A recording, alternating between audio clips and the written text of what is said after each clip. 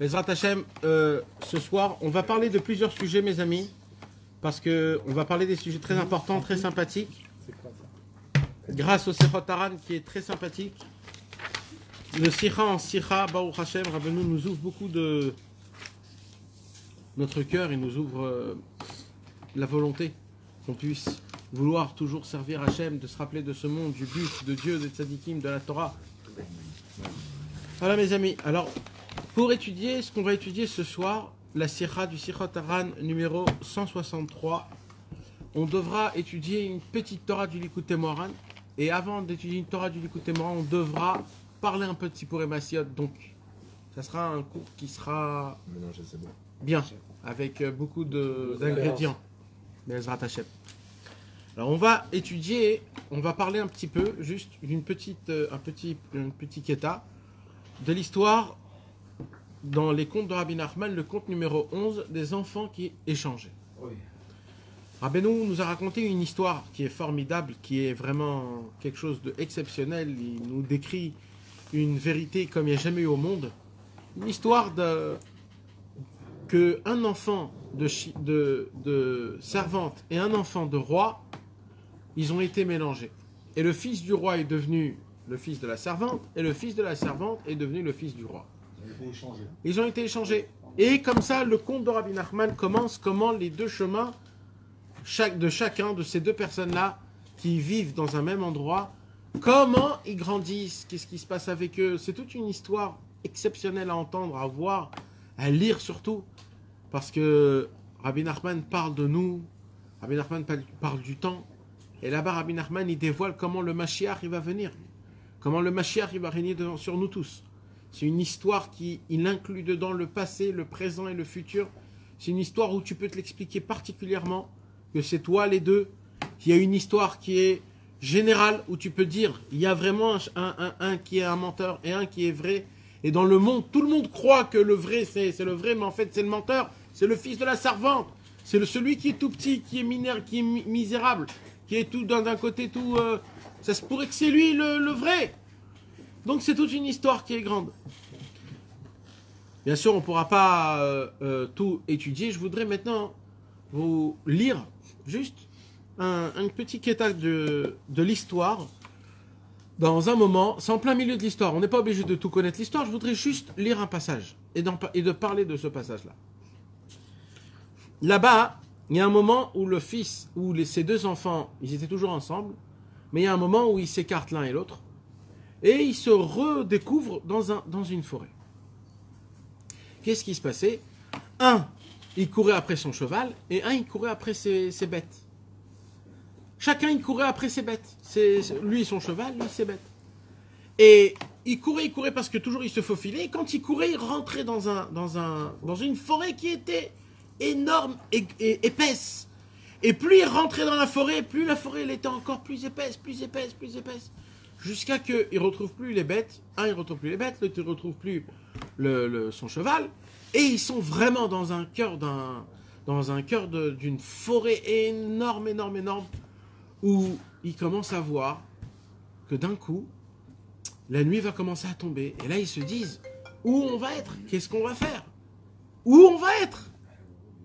Comment je vais faire? Je ne peux pas dormir. Et là, la nuit commence à tomber, mes amis. Et quand la nuit commence à tomber, qu'est-ce qui se passe? Il commence les petits bruits, des petits hyènes, après les ours, après les panthères, les lions. Et là, ils ne savent pas ce qui se passe. Alors, qu'est-ce qui s'est passé? Il dit, Rabbeinu, ils ont essayé de chercher un arbre. Et là, il a trouvé un arbre qui était très, très grand. Et il est monté tout en haut de l'arbre. Et là-bas, il s'est assis. Et là-bas, il nous dit, Rabbi Nachman de Breslev, il nous dit... Et le soir, il entendait des hurlements et des cris de toutes les bêtes féroces possibles qu'il y avait. Et il n'en pouvait plus de peur. Et le fils du roi et le fils de la servante, que dans l'histoire, c'est l'inverse. Un, c'est le fils de la servante, et un, c'est le fils du roi. Et ils ont une effrayance énorme. Ils ne peuvent pas dormir toute la nuit. Avant que le jour il se lève, les bruits s'arrêtent. Et là, il y a une voix d'un rire qu'on entend dans tout le monde en entier, que tellement la voix de ce rire, il est fort que tous les arbres tremblent. Et c'est d'une effrayance encore plus grande que tout dans le monde. Une effrayeur énorme. Le jour se réveille. Qu'est-ce qu'ils voient, les deux? Un, il voit le cheval, et un, il voit toutes ces bêtes. Vite, ils descendent. Dès qu'ils descendent, ils recommencent à partir. Ils recommencent. Et eux, ils courent après, ils courent après, ils courent après, et ainsi de suite. Comme ça, tous les jours, tous les jours, tous les jours. Jusqu'à que un jour ils se sont retrouvés dans un autre endroit. Pareil, avec la même histoire. Ça fait des années qu'ils courent après leurs bêtes se faufilent, et eux ils se perdent encore plus dans la forêt, ils se perdent encore plus dans la forêt. Et ils montent dans un arbre, et ils sont effrayés des hurlements, de tout ce qui se passe, comme ce qu'il y a dans des bêtes féroces. Un jour, le vrai fils du roi, qui est aujourd'hui le fils de la servante, il monte dans un très grand arbre, cette fois-ci très grand. Et là, il découvre un homme. Dès qu'il voit cet homme-là, il a très peur. Il a très très peur. Il lui dit qui tu es. Et l'homme, il lui dit, et toi qui tu es? Il lui dit, moi je cherche je cours après mes bêtes, ça fait des années. Il dit, mais t'as pas compris que tes bêtes, ce sont tes péchés? Le Yetzirah à ton tour, ça fait des années, tu cours après eux, il n'y a rien. C'est en train de se foutre de toi. Tes bêtes, ça n'existe pas, tes bêtes. C'est des péchés, c'est des avérotes. Tu crois que quand tu vas faire ça, tu vas kiffer, tu kiffes pas, tu fais, tu kiffes pas. Tu descends, les bêtes, ils sont en bas. Tu descends en bas, les bêtes se faufilent. Mais combien de temps? C'est quand que tu vas te réveiller, il lui dit. Il est complètement figé, il lui dit, et toi qui tu es? Ah, il dit, moi, mes pères, mes grands-parents, on est là depuis... Et là, il se dit, c'est sûr que c'est pas un homme. Parce qu'ici, aucun homme peut habiter. Donc, s'il dit que lui, c'est fils de truc, c'est un démon, le monsieur. Mais il s'est dit, comme il m'a l'air d'être gentil et qu'il m'a dit des bonnes paroles, je vais être à côté de lui, je reste avec lui. Dès qu'il a dit, je reste avec lui, tout de suite, qui est en bas? Le vrai fils de la servante, qui est aujourd'hui le roi. Et ils se retrouvent, toute une longue histoire, ils se parlent, je ne rentre pas dans les détails, et le soir même, les deux montent où? Dans l'arbre, à côté du Ishayar, à côté de l'homme de forêt, comme ça Rabbeinu il l'appelle.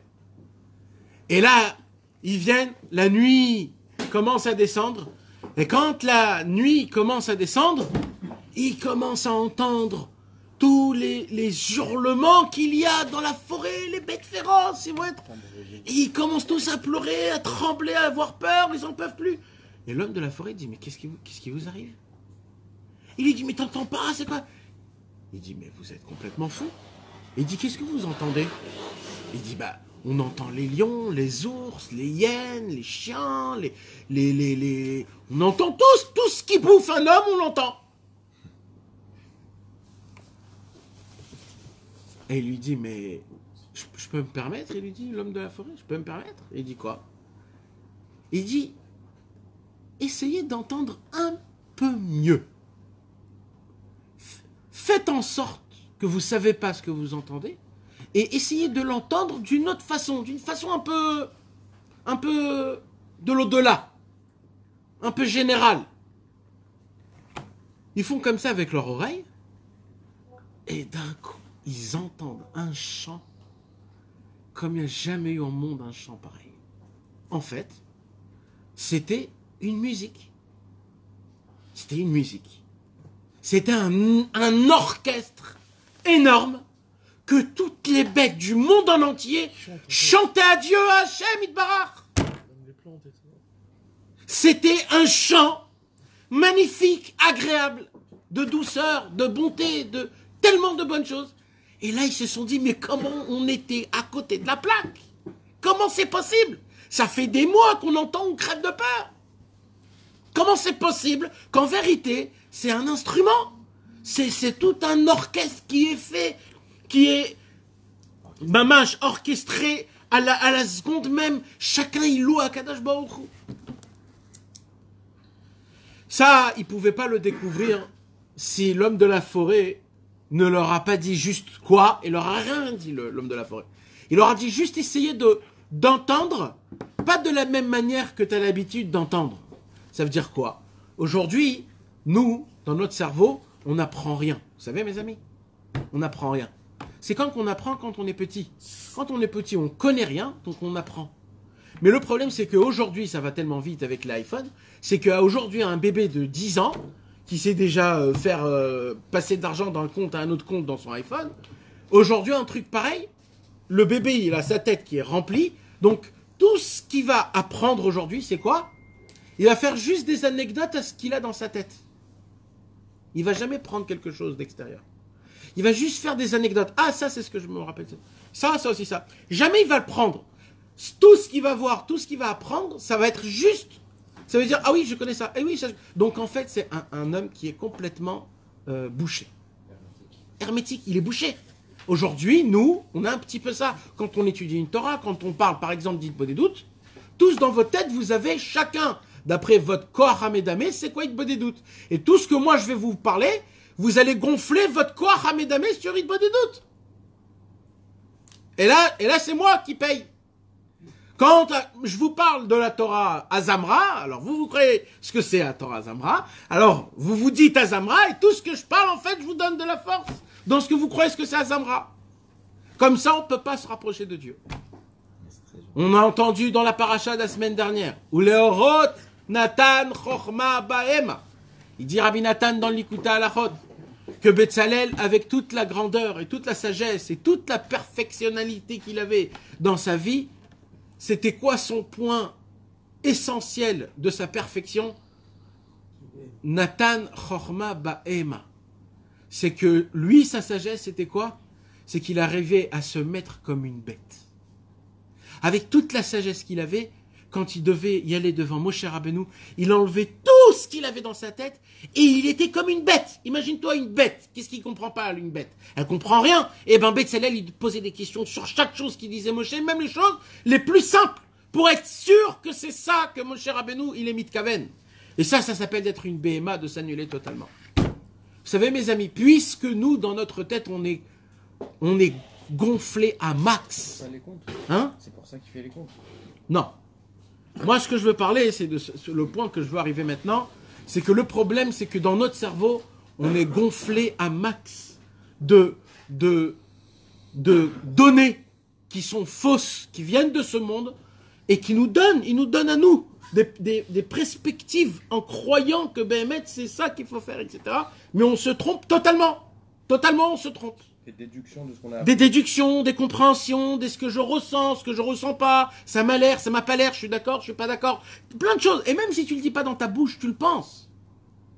Maintenant, qu'est-ce qui se passe? Il se passe que dans ce monde, Akadosh Baruch Hu, il nous mène dans ce monde, il nous donne des cadeaux, et nous, on les explique comme des malheurs et des trucs de folie qu'on peut même pas s'imaginer.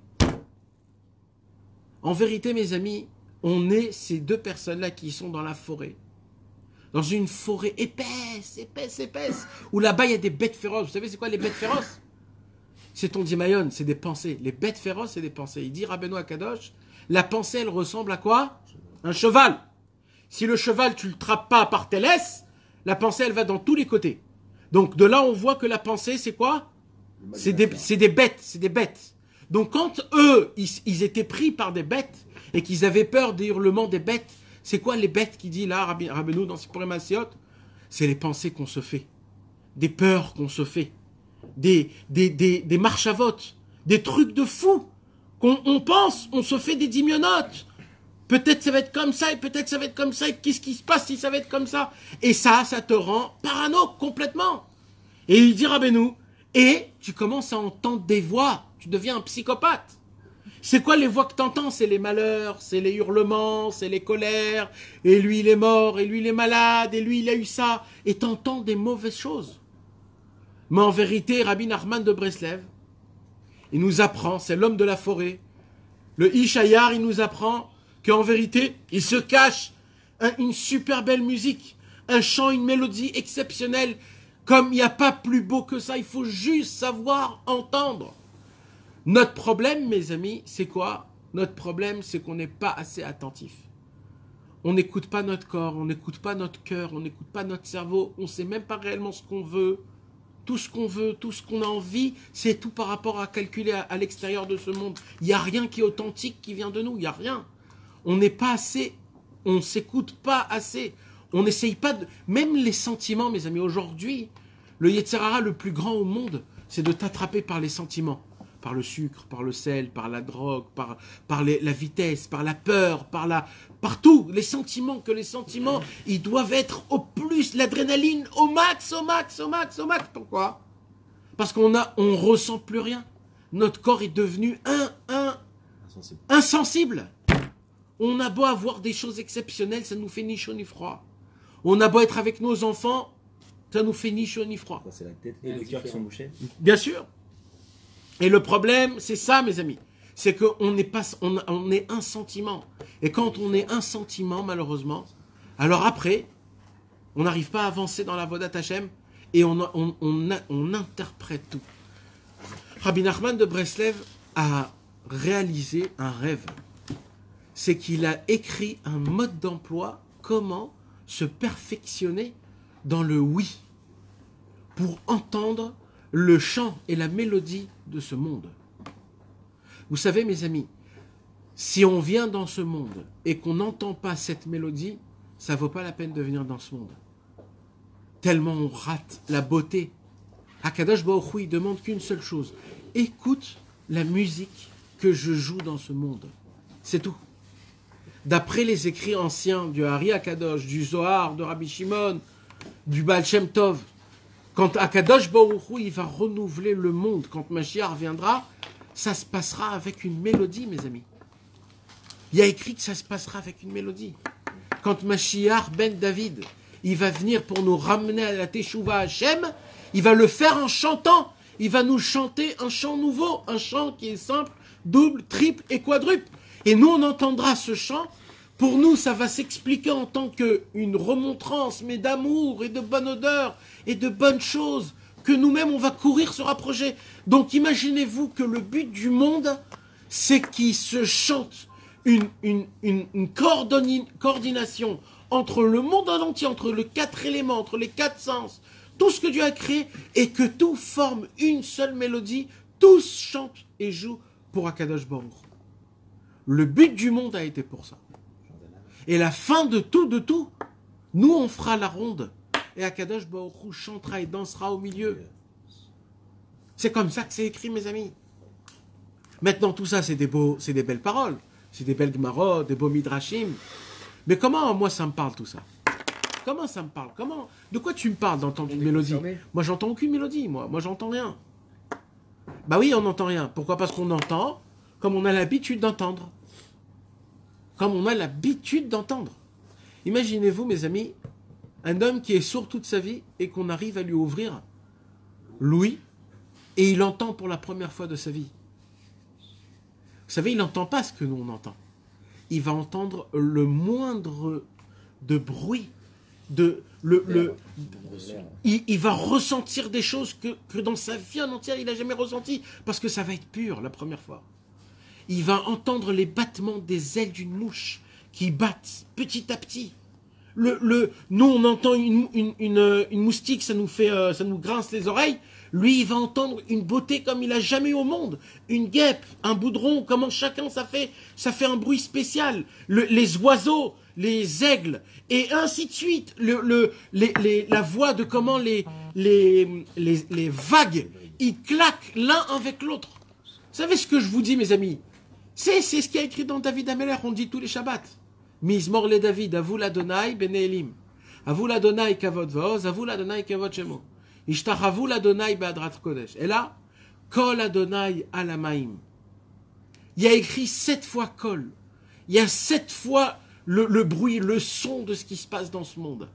Le bruit de l'eau qui claque, le bruit de l'eau qui tombe, le bruit de l'eau qui coule et qui rince dans un chemin. C'est chacun, il a une mélodie qui est spéciale. Akadosh Baruch Hu a fait tout en sorte comme si qu'il y ait une mélodie spéciale qui doit se jouer, qu'un moment spécial, quand tous les instruments ils sont à un endroit spécial, un moment spécial, la fin du monde se fait, Mashiach se dévoile, et le monde vient à la réparation, et comme ça on devient tous des tzadikim. Ça vous paraît complètement ésotérique ce que je suis en train de vous dire, mais ce soir on va essayer de découvrir c'est quoi ces grandes paroles qui ont l'air à un poème ou je ne sais pas quoi. Regarde si je dévoile la musique avec la Torah.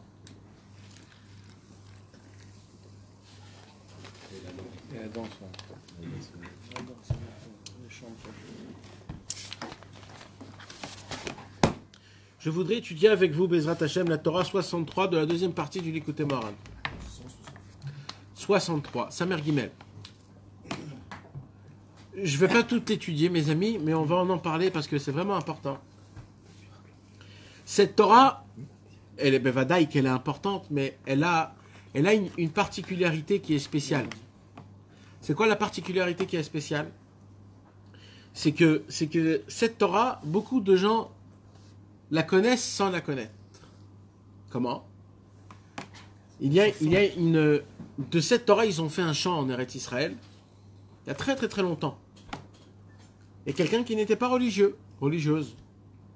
Elle a lu le Likutei Moharan, et quand elle a lu le Likutei Moharan, elle est tombée sur cette Torah, elle a été éblouie. Non. Éblouie. Yerushalayim Shelza? Non. Non. Non. Non. Elle a été éblouie.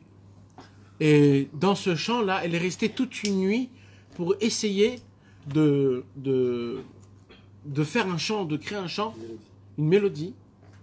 Et elle a créé une mélodie, mais elle a dit, il manque quelque chose.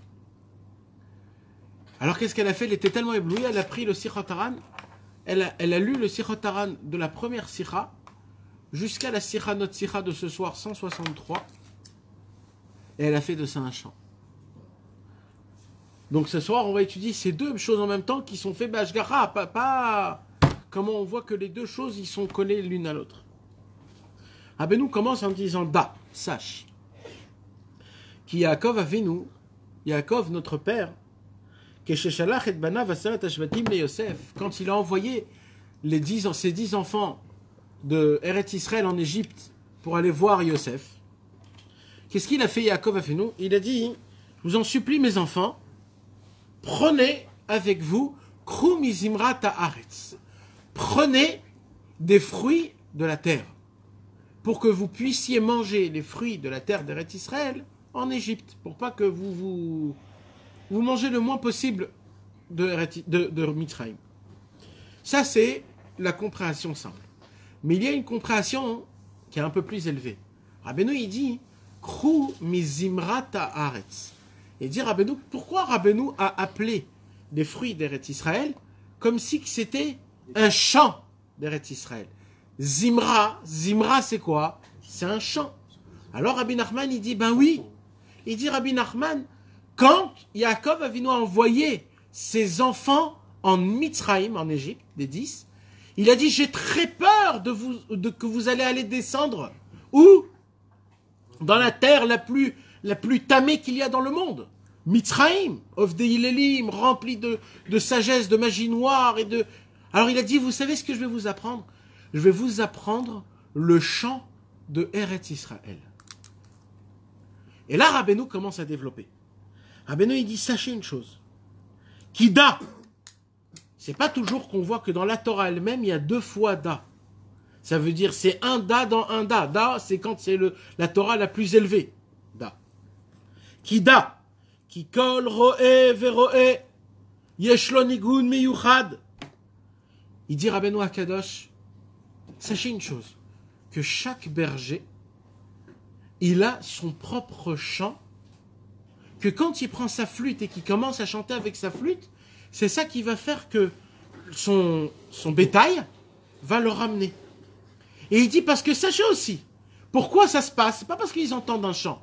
Il dit parce que ce bétail, il a un lien avec le berger, et le berger, il a un lien avec le bétail, et il a compris, le berger, sans le comprendre, mais c'est un sentiment qu'il a pris la note qu'il y a dans chacun du bétail, et c'est comme ça que se compose le chant.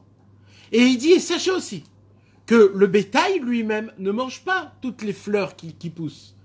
Parce que chaque fleur et chaque herbe qu'il y a, chacune chante un chant spécial. Et le bétail va manger l'herbe qui convient avec son chant à lui. Est-ce que vous comprenez, mes amis? C'est une chaîne, en fait, de musique. Tout ce qu'il y a dans le monde, il y a une musique qui sort de ça. Une musique mamache. Cette musique, c'est ça qui donne la vitalité de la chose en elle-même. Chaque chose, même une pierre en elle-même, elle a un son. On ne comprend pas c'est quoi le son, parce que on n'entend pas comme il faut. Mais je parle physique, je parle pas, Des ondes. je parle pas spirituel, mes amis. Je parle vraiment physique. Des ondes. Elles sortent des ondes. Elles sortent un son. Dans un minéral, comme il bouge pas et qu'il a très peu de vitalité, donc le son, il est tout petit. Quand on monte des niveaux, on passe de minéral au végétal, par exemple des arbres, des fleurs, alors on entend le son quand par exemple il y a du vent et que l'arbre il bouge. Et on entend le craquement c'est des sons, c'est un son qui sort et que grâce à ça, ça fait une musique dans le monde. Maintenant, il y a les oiseaux qui chantent, il y a les chiens qui aboient, il y a les vaches qui... Chacun, il a sa façon de comment il fait les choses, de comment en fait il chante. Maintenant, nous, les êtres humains, qu'on est remplis de vitalité, on fait énormément de sons. Énormément. On parle, on rigole, on pleure, on crie, on soupire. Des fois, on crie de malheur. Des fois, on crie de content. On sourit, on s'éclate de rire. Des fois, on ronfle. Des fois, on fait rien, on se tait. Il n'y a rien qui se passe. Et le plus beau son, c'est quand un homme y parle. C'est quoi parler? C'est quoi la parole? C'est des sons, mes amis. C'est des sons qui sont pesés à la perfection pour toujours faire sortir les mêmes notes et les mêmes sons. Aleph, je le dirai toujours Aleph. Jamais je vais dire un jour Alof. Parce que des fois, tu peux faire dans une guitare une petite... dans la bouche, ça se fait à la perfection. Tous les mots, tous les sons, ils sont parfaits. Maintenant, il y a un niveau encore beaucoup plus haut. C'est quand la personne, elle chante elle-même. Elle dévoile un chant, un son. Et quand ça se fait avec les mains, qu'elle arrive à jouer dans un instrument, habiller des paroles avec une musique, avec une mélodie, et d'habiller tout ça et de le mettre dans un bouquet et de le donner à Kadosh Baruch Hu. C'est pour cela que quand Mashiach viendra, comment il va renouveler le monde, comment il va réparer le monde, comment il va nous rendre tous des tzadikim, il va juste chanter un chant, ce chant va rentrer, va vibrer dans tous nos corps, dans toute la création du monde. Le monde va revibrer cette même mélodie et quand on va l'entendre, on va tout de suite faire teshuva, on va tous se renouveler. Parce qu'avant le monde, c'était une mélodie. Avant le monde, c'était une mélodie. On ne sait pas c'est quoi le secret de la mélodie, mes amis. Les deux oiseaux. Rabbeinu, dans une Torah énorme, cette Torah, il commence à nous expliquer comment dans chaque chose, il y a... Maintenant, qu'est-ce qui se passe? Comment deux personnes se marient? Deux personnes ont une moitié d'une musique.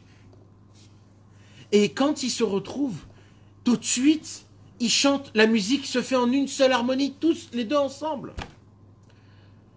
Quand on prend un bout de bois et on le colle à un autre bout de bois, c'est pas pour rien que ce bout de bois, il va se coller à ce autre bout de bois. C'est parce que lui, son son équivaut à son son à lui. Le son, il est pareil. Le monde en entier, c'est juste un regroupement de sons qui équivaut et comme ça tient. Plus le son, il fonctionne en même temps, plus ça tient longtemps la chose dans le monde. Au moment où ça résonne plus, c'est là où la chose, elle tombe. Comme ça, Rabbeinu nous explique que quand Yaakov Avinu, il a envoyé les 10 enfants, ses 10 fils, qu'est-ce qu'il a eu peur? Il a dit, si je vous dévoile c'est quoi le chant que la terre d'Israël chante, là où vous irez, vous serez toujours en Eretz Israël. Et c'est ça qu'il leur a donné. Il leur a donné le chant de Eretz Israël. Avec ça, ils sont descendus en Égypte. Et c'est ce qui s'est passé quand Yehuda, il s'est mis devant Yosef.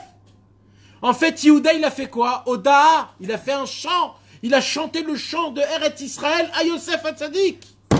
Yosef Hatzadik qui connaissait pas ce chant, il est tombé raide. C'est là où il a dit, Ani Yosef Achechem, c'est moi votre frère Yosef. Est-ce que mon père est encore vivant? Il a entendu le chant de Eretz Israël. Chaque pays, il a un chant. Chaque pays, il a son drapeau, son hymne, sa pièce. Ce n'est pas pour rien, dans le ciel aussi, il y a des choses comme ça.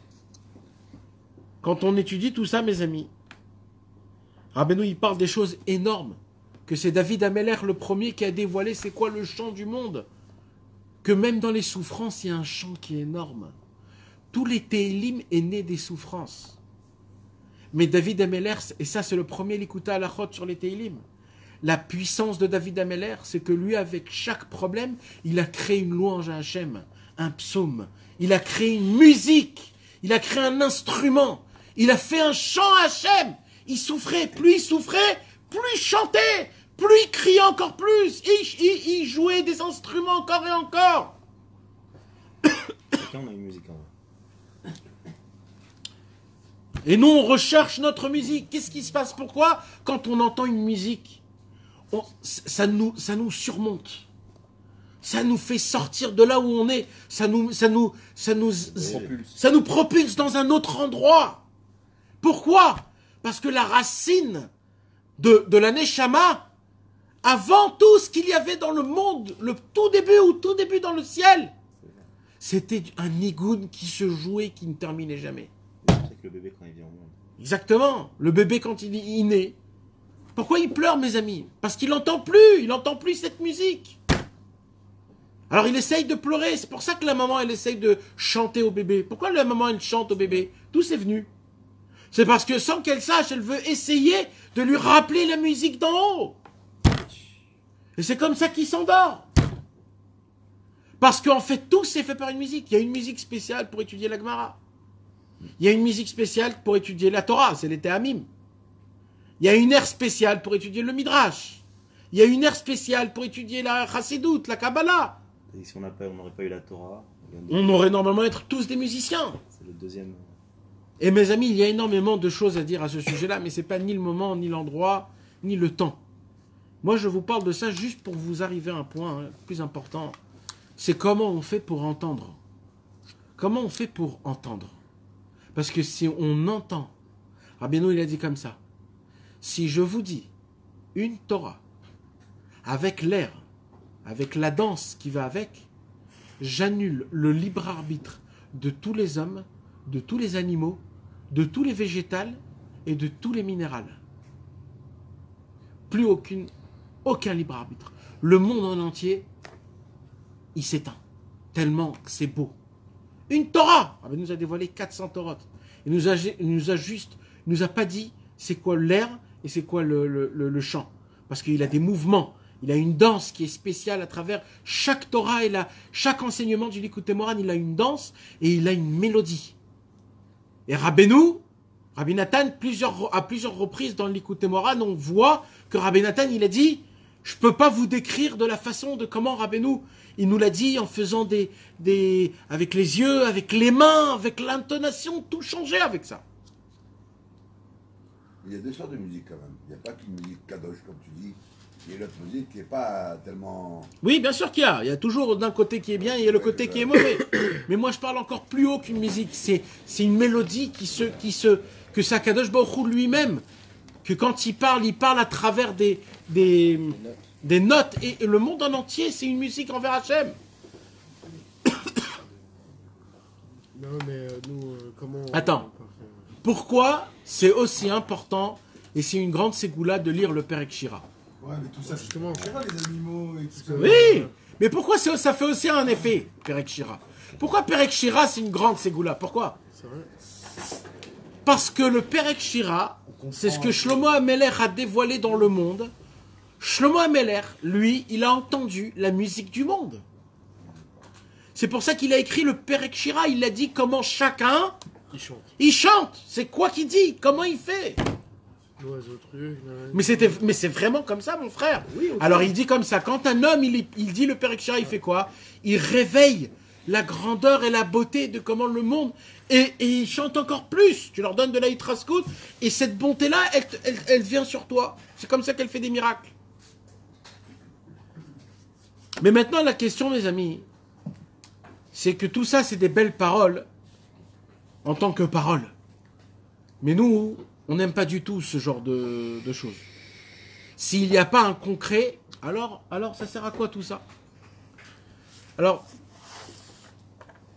déjà, il faut savoir deux choses, mes amis. La racine de la musique, c'est quoi? Le son. La simcha, On va jouer. la joie. D'accord? Pourquoi? C'est quoi cette espèce de mélodie? On parle de mélodie, d'accord, c'est très beau. Mais c'est quoi en fait? C'est une sorte de simcha. on arrive à atteindre une simcha. Une simcha, c'est quand tu as peur de rien. Une simcha, c'est quand tu te sens le plus en bitachon, comment on dit, en confiance, en sécurité. Tu te sens en sécurité, tu te sens que Akadosh Baruch Hu, il te prend sur ses bras. Vous savez, quand une fille ou un garçon, quand un papa, il prend son fils ou son garçon et il le met sur son dos, il se sent le plus fort au monde, là, le garçon, parce qu'il est sur le dos de son papa. Il n'y a rien au monde qui peut l'embêter. Il peut chauffer les chiens, il peut chauffer les chats, il jette des pierres, et il s'en fout, il n'a pas peur parce qu'il est dans les bras de papa. Mais le moment où papa il le remet par terre là, alors là c'est foutu, il lui dit mais oh papa, qu'est-ce que t'es en train de faire? Moi je les ai chauffés, j'étais sur toi et tout. Alors son père il lui dit mais arrête de les chauffer, je te reprends, il n'y a pas de problème, mais oh, rappelle-toi. À Kadosh Baruch Hu, on est toujours dans les bras d'Hachem. Et comme on se sent tellement bien, tellement des patrons, tellement des rois, tellement permis de tout, alors on se permet de chauffer à droite, à gauche, c'est pas grave, c'est pas grave, c'est pas grave, et tu te laisses un peu aller à droite. Tu lui dis, oh, qu'est-ce qui se passe? Tu te sens trop bien à côté de moi? Ok, je vais te mettre par terre, tu vas savoir ce que c'est d'être tout seul, mon frère. Et là, d'un coup, tu trembles, tu te dis, oh, qu'est-ce qui se passe? Comment je vais faire? Et là, quelqu'un dit, ça va, vas-y, là, je te reprends, t'as juste compris, je peux te faire descendre en bas, je peux te mettre monter en haut. Mais il ne faut pas que tu te laisses aller. Il faut que tu te prennes en main. Mais en vérité, mes amis, nous, on doit le prendre de l'autre côté, du côté qui nous aide à servir Hachem. Quand un homme, il se sent bien, il se sent fort, il se sent en sécurité, il se sent que Baruch Hachem, il est sur pied, c'est pas grâce à son argent, ni grâce à son travail, ni grâce à sa famille, ni grâce à là où il habite. C'est grâce à une seule chose, grâce à Hachem. Et si c'est grâce à Hachem, imagine-toi, mettre la force que tu as là maintenant, que tu as une force, tu as conscience de cette sécurité que tu sens que tu es proche d'Hachem, utilise-la pour la vodat Hachem, et là, mets un pas en avant. Ça, c'est quoi? C'est la simcha, mes amis. La simcha, c'est le fruit de la confiance en Dieu. Quand on n'a pas confiance en Dieu, on ne peut pas être joyeux. La joie, elle vient que quand on a une confiance en Hachem à la perfection. Mais d'une manière que dans tous les cas, Kadosh Baruch Hu me veut, Kadosh Baruch Hu il m'aime, il m'adore et il attend après chaque mitzvah, après chaque regard, après chaque parole que je vais lui prier. Le problème, c'est qu'on n'a pas confiance en nous, c'est pas Hachem. Parce que c'est pareil, nous et Hachem. On ne peut pas avoir confiance à Hachem si j'ai pas confiance en nous, et je ne peux pas avoir confiance en moi si j'ai pas confiance à Hachem. C'est exactement pareil. D'accord. La joie, alors, c'est de plus avoir d'imagination. C'est ça la joie? La joie, c'est d'avoir la Emouna. On peut penser par l'imagination. D'avoir la Emouna, mon frère. Emouna égale Simcha. Il n'y a pas de Simcha, il n'y a pas d'Emouna. Il n'y a pas d'Emouna, il y a de la tristesse, il n'y a que des problèmes. Simcha, pour avoir la Simcha, il faut avoir la Emouna. Et la Emouna de quoi? On va en parler ce soir, mes amis. Non, mais dit qu'avec la Emouna, avec la joie, on arrive à capter nos pensées. Est-ce que ça transcende les pensées? Est-ce qu'avec la joie... La joie, c'est qu'il n'y a plus de pensée, pas de pensée. On arrive à volatiliser le guignon qu'il y a? Oui, ça se pourrait aussi. Abenou, il dit la chorma de la simcha, c'est pas d'attendre qu'elle vienne, c'est que toi tu la prennes par force. Et quand ta tête est remplie de pensées, quand ta tête est remplie de problèmes tu te casses la tête, Rabbeinu il dit fais Shabbat Kodesh, arrête tout. Pense à la simcha, pense à des choses qui te rendent joyeux, t'es en bonne santé, pense à ça, fais tout de suite le vide, arrête tout. Mais la question la plus belle, mes amis, comment on fait pour entendre cette mélodie? Comment ils ont fait Si on entend cette mélodie, on se renouvelle, on est Bessimcha, on a de la Emouna, on a tout ce qu'il faut. C'est une mélodie qui est simple. Normalement, on l'entend, mais on ne l'entend pas parce qu'on n'est pas meroukaz, comme on dit, concentré. C'est comme l'exemple que je vous ai donné sur la montre. Vous vous rappelez l'exemple de la montre? Rappelez l'exemple de la montre? Rappelez l'exemple de la montre? Pas nous. Quelqu'un a une montre? T'as une montre, mon C'est cher? pas chez nous. Regarde si t'as une croix dans ta montre. Tu crois? Ouais. Il doit en avoir une, c'est sûr. Regarde. Quand les aiguilles. Si je la regarde toute la journée. Toi, tu vois. Non, non, non. Là, je vais vous faire montrer c'est quoi le. Eh, simple, hein, Moshe. Y a pas. Y a pas. Y a fait. Maintenant, Littéralement, regarde-moi. ça veut dire. Ok. Maintenant, je vais te poser une question. Ouais. Et tu vas pas regarder ta montre. Quelle heure il est? Je sais. Comment c'est possible? Comment c'est possible? T'as regardé une minute, t'as regardé ta montre. pris ton temps en plus. Hein, Il a pris le temps. Eh, T'as pas dit l'heure. Comment c'est possible? Parce que on voit quelque chose sans voir. Aujourd'hui, on croit qu'on entend quelque chose, mais on n'entend pas, Béhémet. Quand un bébé il pleure la nuit, On entend, mais on n'écoute pas. on entend, mais on n'écoute pas. Exactement. Quand un bébé il pleure la nuit, c'est la rasera. T'en peux plus. Tu dis qu'est-ce qu'il veut cet enfant? Il se réveille toutes les heures la nuit, il dort pas. Mais en vérité, mes amis, C'est pareil pour toi alors. il y a un son qui sort. En fait, c'est beaucoup plus. C'est quelque chose de Ils sont spécial. inversés. C'est le signe de vie. C'est le signe du bébé qui crie je veux vivre, donnez-moi à vivre. Et en fait, il pleure pas. C'est pas un signe de détresse parce qu'il sait pas c'est quoi le détresse. C'est le moment où il vit le plus. Quand il crie, il pleure, il est en pleine Sarat Regashot, on appelle ça en hébreu. Une tempête d'émotion. C'est pas un pleur, il veut pas t'énerver. Toi, t'es fatigué, alors t'expliques tout naze, mais c'est pas comme ça. C'est beau. Rabbi Shlomo Karlbach, il a dit, assis-toi à côté de lui, pleure avec lui. Tellement c'est beau, tellement c'est propre, tellement c'est pur, ce truc-là. Il faut prendre les larmes du bébé et se les mettre, tellement ils sont purs, ces larmes. Tellement c'est kadosh. Mais nous, on voit ça comme un truc naze. je fais que ça. Mes amis, on ne s'est jamais arrêté. Voyager, quand on prend la voiture, on va d'un endroit à un endroit, et on passe des chemins, des villages, des forêts, des déserts. Et malheureusement, avec la vitesse de ce qui se passe aujourd'hui, on ne prend pas peine de regarder quelques secondes et de voir. Mais ça, c'est pas le problème. Soyez des vrais hommes. Arrêtez la voiture, arrêtez le contact. En pleine périphérique.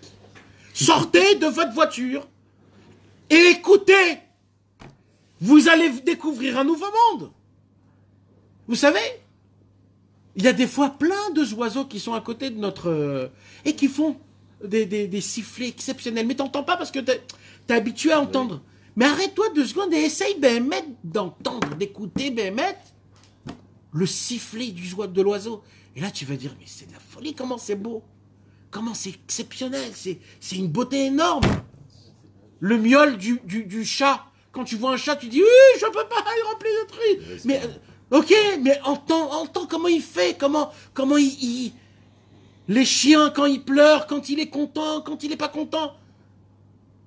Vous savez, mes amis, quand on parle avec Hachem, dans le ciel en haut, c'est pas que Hachem qui nous écoute. C'est tous les cieux qui nous écoutent, tous les tzadikim de toutes les générations, tous les anges qui viennent nous écouter, comment on chante à Hachem quand on lui parle dans Hitbo des doutes.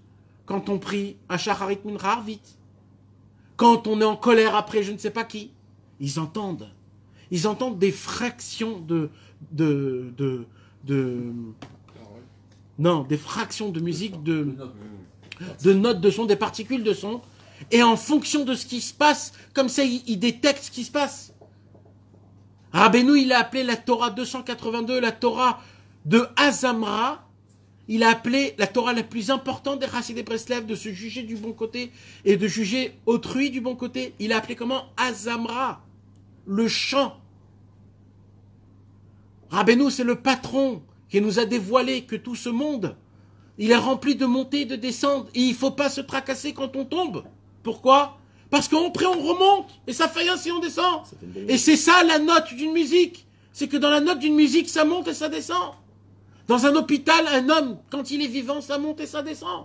C'est le signe de vie. C'est ça la musique du monde. Comment on fait pour la découvrir, cette musique, mes amis? Alors ce soir, on va étudier Sirot Haran 163. Tu veux nous la lire, Danou? À voix haute, intonation, parce que là, tu es loin de la caméra. Écoutez bien, mes amis. Avec tout l'intro que je vous ai fait, on va entendre maintenant comment Rabbi Nachman a cherché pour découvrir, à entendre ce son-là. Et il nous dévoile comment faire pour entendre ce son. Mechavod. Un des disciples de notre maître, habitant Zlatipoli, m'a raconté la chose suivante. Ok. À l'époque où notre maître séjournait dans cette ville, il pria un matin d'été. Alors, juste pour vous expliquer, Zlatipolié, c'était la ville là où Rabbeinu habitait quand il était encore tout jeune. Ça veut dire, Rabbeinu s'est marié à l'âge de 13 ans et il est parti habiter chez son beau-père, puisque sa femme avait 13 ans à l'époque. C'est comme ça que ça se faisait. Et quand il est parti habiter dans une ville, il dit Rabbeinu, c'était pas une ville, c'était un village qui était petit à côté d'une grande ville. Donc Zlatipoli, c'était un petit village. Et le premier élève de Rabbeinu à Kadosh, c'était qui, mes frères? Rabbi Shimon. Nachon? Rabbi Shimon. Rabbi Shimon a connu Rabbeinu à l'âge de 13 ans. Quand Rabbeinu avait 13 ans. Rabbi Shimon, quand il a vu Rabbeinu, Rabbi Shimon, il avait 16 ans, 3 ans de plus. Il a dit Rabbeinu, je vois que quand vous allez être grand, vous allez être un très grand sadique. Je me permets de vous demander tout de suite d'être votre shamash. Rabbeinu, il a dit accordé. Et Rabbi Shimon, ça a été le premier élève de Rabbeinu, shamash de Rabbeinu. Donc lui, il a vu des choses que personne n'a vues. Même dans le monde futur. Et il a obtenu après, même dans le monde futur. Rabbi Shimon est enterré juste en bas du Hari Akadosh avec sa femme et ses enfants. Alors là, mes amis, Rabbi Nathan nous raconte qu'est-ce qui s'est passé avec Rabbeinu et Rabbi Nathan à l'époque quand Rabbeinu il avait à peu près... Hein? Avec Rabbi Shimon, pardon. Quand Rabbeinu il avait à peu près dans les 15-16 ans. D'accord? Quand Rabbeinu il avait dans les 15-16 ans, quand il était dans du feu, bien sûr après il est devenu encore plus, mais là c'était en pleine croissance. C'était dans sa jeunesse, il faisait des choses que personne ne connaissait, personne ne savait. D'accord? Alors, donc à Zlatipoli, tout ça. À l'époque où notre maître séjournait dans cette ville, il pria un matin d'été de très bonne heure et ensuite envoya sa fille Sarah, encore enfant, pour me chercher. Je me suis donc rendu chez notre maître et c'est alors qu'il m'a dit « Viens te promener avec moi ». Voilà. Ça veut dire là, il fait quoi, Rabbeinu? Là, Rabbeinu, il est dans sa maison. Il dit à sa fille Sarah, va chercher Rabbi Shimon. Sarah, elle va chercher Rabbi Shimon. Rabbi Shimon, il vient tout de suite. Et il dit, Ken Rabbeinu. Alors Rabbeinu, il lui dit, voudrais-tu te promener avec moi? Qu'est-ce que vous aurez dit, vous? Bah oui. Alors, qu'est-ce qui s'est passé? Je l'ai donc accompagné en dehors de la ville et alors que nous marchions dans une grasse prairie au milieu des herbes, il s'adressa à moi en ces termes. Écoutez bien ce que Rabbeinu il vient de dire là.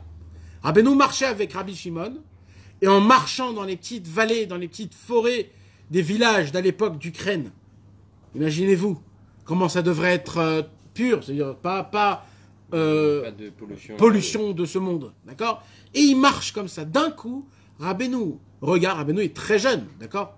Rabbeinu, il regarde Rabbi Shimon et qu'est-ce qu'il lui dit, Dan? Si tu avais le mérite d'entendre la voix des herbes qui élèvent leurs chants et leurs louanges à Dieu, chacune d'entre elles faisant monter son chant sans réclamer quoi que ce soit et sans aucune arrière-pensée, sans attendre une récompense quelconque en retour. Vous imaginez, mes amis, ce que là Rabbeinu nous apprend? Mais il donne pas le secret. Attends. Et c'est le gars de faire rigoler une temporelle. Je connaissais le VSF, mais de rien demander. Je connaissais le VSF, là. C'est ça, vous dites? Mes amis, là Rabbeinu nous donne une inscription énorme. Et quand il n'y a pas de vent, il n'y a rien, il n'y a aucun bruit. Mais non, mais bien sûr, moi je vous ai donné un petit exemple. Mais Même quand il n'y a rien, en vrai, il parle. il y a toujours un contact. Regardez mes amis, aujourd'hui, je vais vous l'envoyer dans le groupe. D'accord? Aujourd'hui, mes amis, des scientifiques d'Allemagne. On voit sur YouTube, c'est tout un truc de 40 minutes. 40 minutes, un monsieur, toute sa vie, il a consacré dans la forêt. Et là-bas, il te raconte des choses qu'il a découvert. Pour un goy, c'est quelque chose de fou ce qu'il t'a découvert. Mais en fait, tout ce qu'il dit là-bas, Rabbeinu le dit dans la Sira numéro 163. Il dit que les arbres, ils ont des copains et ils ont des ennemis. Des ennemis? Non, des copains et des ennemis, Eric, plus fort que ça. C'est même pas une communication. Ils ont des arbres que lui ne peut pas se le saper. S'il y a une branche qui tombe à côté, il tombe malade, l'arbre. Il veut pas. Alors il y a la copine de l'autre qui vient et qui l'aide avec ses racines en bas et il lui dit t'inquiète pas, je suis à côté de toi et elle va bien. Mais vraiment, ils te font montrer des ondes, comment il parle, où tu coupes, comment il réagit. Même ils envoient dans l'air des. Ils envoient dans l'air des trucs, on Comment sait ils pas. s'accouplent, comment ils s'accouplent. Non, comment ils s'accouplent exactement. Il y a des mâles, des femelles. Tu sens dans les odeurs, des fois, il y a des moments comme ça. Naran. On dirait que ça. On dirait que c'est comme l'homme. Oui, non, mais il y a un truc qui ressemble, c'est certain que c'est comme ça. Maintenant, il y a plus que ça. Le son. Avec les vibrations. La Ra dans le Shulchan Aruch, il dit, si tu coupes un arbre fructifié, fructier, que Dieu nous en préserve, ça amène je veux pas dire. C'est interdit. C'est interdit en Israël. Interdit. Al-pi alacha, mes amis. Que en Israël ou partout? Surtout en Israël, mais partout en général, sauf dans des cas. Non, mais il y a aussi les 3 ans. les trucs. Mais non, mais moi je vous parle, mais même un mec à la maison, il a un arbre, tu peux pas le couper, mon frère. Tu dois demander un rab. Ouais, il faut un ishour, il faut qu'il te pose des questions, il faut qu'il te dise comment et quoi. Non, le tailler, c'est renforcé. Un arbre fruitier, tu parles. Un arbre fruitier. Pour le tuer. Fais des Ou fruits. alors il est Il mort, fait des il fruits. doit avoir le droit de Mais là, je le m'excuse. sur la trappe. Dans chaque herbe, on dit qu'il y a un malheur qui est là. Il y a un malheur et qui part. Exactement. Et qui le frappe et qui lui dit pousse, Ouais. pousse, pousse. Et oui, et même sur nous. Mais même le chant, c'est C'est comme ça en fait, comment il fait en fait? C'est quoi qui le frappe? En fait, il lui chante un chant. Et c'est ce chant qui lui fait grandir. Et c'est comme ça que le monde il est fait. Maintenant, rabez-nous mes amis. C'est pas ce chant-là qu'on entend. Bah, alors, nous malheureusement on n'arrive pas à entendre ce chant. Pourquoi? Parce qu'on entend autre chose. D'accord? Et je vais vous donner un petit exemple. Venez, on met une musique là. D'accord? On met une musique. Maintenant, en fait, c'est une musique d'un film que vous connaissez tous. Et moi, je fais mon cours là. Dès que j'allume cette musique avec ce film, en une seconde, vous allez tous être là-bas, mais vous allez me regarder. Et ça va vous rappeler le film, et chaque seconde, vous dire, ah, il est là, là, il est là, là, ça, c'est cette scène-là. Et vous me regardez, parce qu'il faut respecter. Mais en fait, vous n'êtes pas du tout avec moi. Comment c'est possible? Moi, je crois que vous m'écoutiez, et vraiment, vous m'écoutiez. Mais en fait, vous écoutiez que là-bas. C'est parce qu'en vérité, c'est ça. Aujourd'hui, on entend quoi? On entend les cris de ce monde. C'est exactement le mendiant qui était sourd, qui disait, moi, en fait, je suis pas sourd. Moi, j'entends les plus belles choses qu'il y a dans le monde. Mais je veux être sourd de ce que j'entends de ce monde-ci. Parce que ça vaut pas la peine d'entendre les râleurs et les crieurs et les gens qui se blâment sur leur vie. Moi, je veux être un sourd pour un truc comme ça. Moi, je veux pas entendre des choses comme ça. Moi, je veux entendre que des louanges à Hachem, des chants, des sons. C'est ça que je veux entendre à Hachem. Donc, on voit que Rabbeinu a travaillé énormément ce point. Et là, Rabbeinu, il marche avec Rabbi Shimon. Et il entend la musique mais, alors, il dit Rabbeinu, mais je peux pas vous décrire la beauté que c'est. Parce que chaque fleur, plante, feuille, elle a son son personnel. Et dans son son, elle habille une prière. C'est quoi la prière? C'est ce qu'on dit dans Perek Shira. Dans Perek Shira, il y a le pasouk chacun. Ils disent ça tout le temps. Et ils le disent physiquement. Juste, c'est fin. Maintenant, qu'est-ce qui se passe? Nous, quand on a un problème, on prie. Et quand on prie, on attend qu'Hachem nous réponde. Mais c'est pas ça le Hémet. Le Hémet, dans la Torah, il y a écrit, quand tu as des problèmes, tu pries, point barre. Moi, je te promets rien. Moi, j'ai fait que ce monde, quand tu as des problèmes, tu pries. C'est ce que je veux, moi. Je suis pas obligé de te répondre. Si je te réponds, c'est un cadeau. Mais de base, moi j'ai fait en sorte que toi, quand tu as un problème, remets-toi sur moi. Parce que le problème est venu parce que tu as cru trop dans toi. Alors je t'envoie un problème, donc moi ce que je te demande, reviens vers moi. Mais de là que moi je vais te remettre ton problème, c'est deux choses différentes. Alors là, Rabbeinu il dit, chaque plante, chaque fleur, chaque feuille, elle prie sans attendre un retour. Il dit, Rabbeinu, tu ne peux pas t'imaginer la beauté que c'est quand quelqu'un y prie. En disant dès au début, oh là Hachem, je vais faire une beauté doute. Mais sache une chose, Hachem. Tout ce que je vais te dire, je veux pas que tu l'appliques. Je veux pas. Je veux juste le dire parce qu'il faut le dire.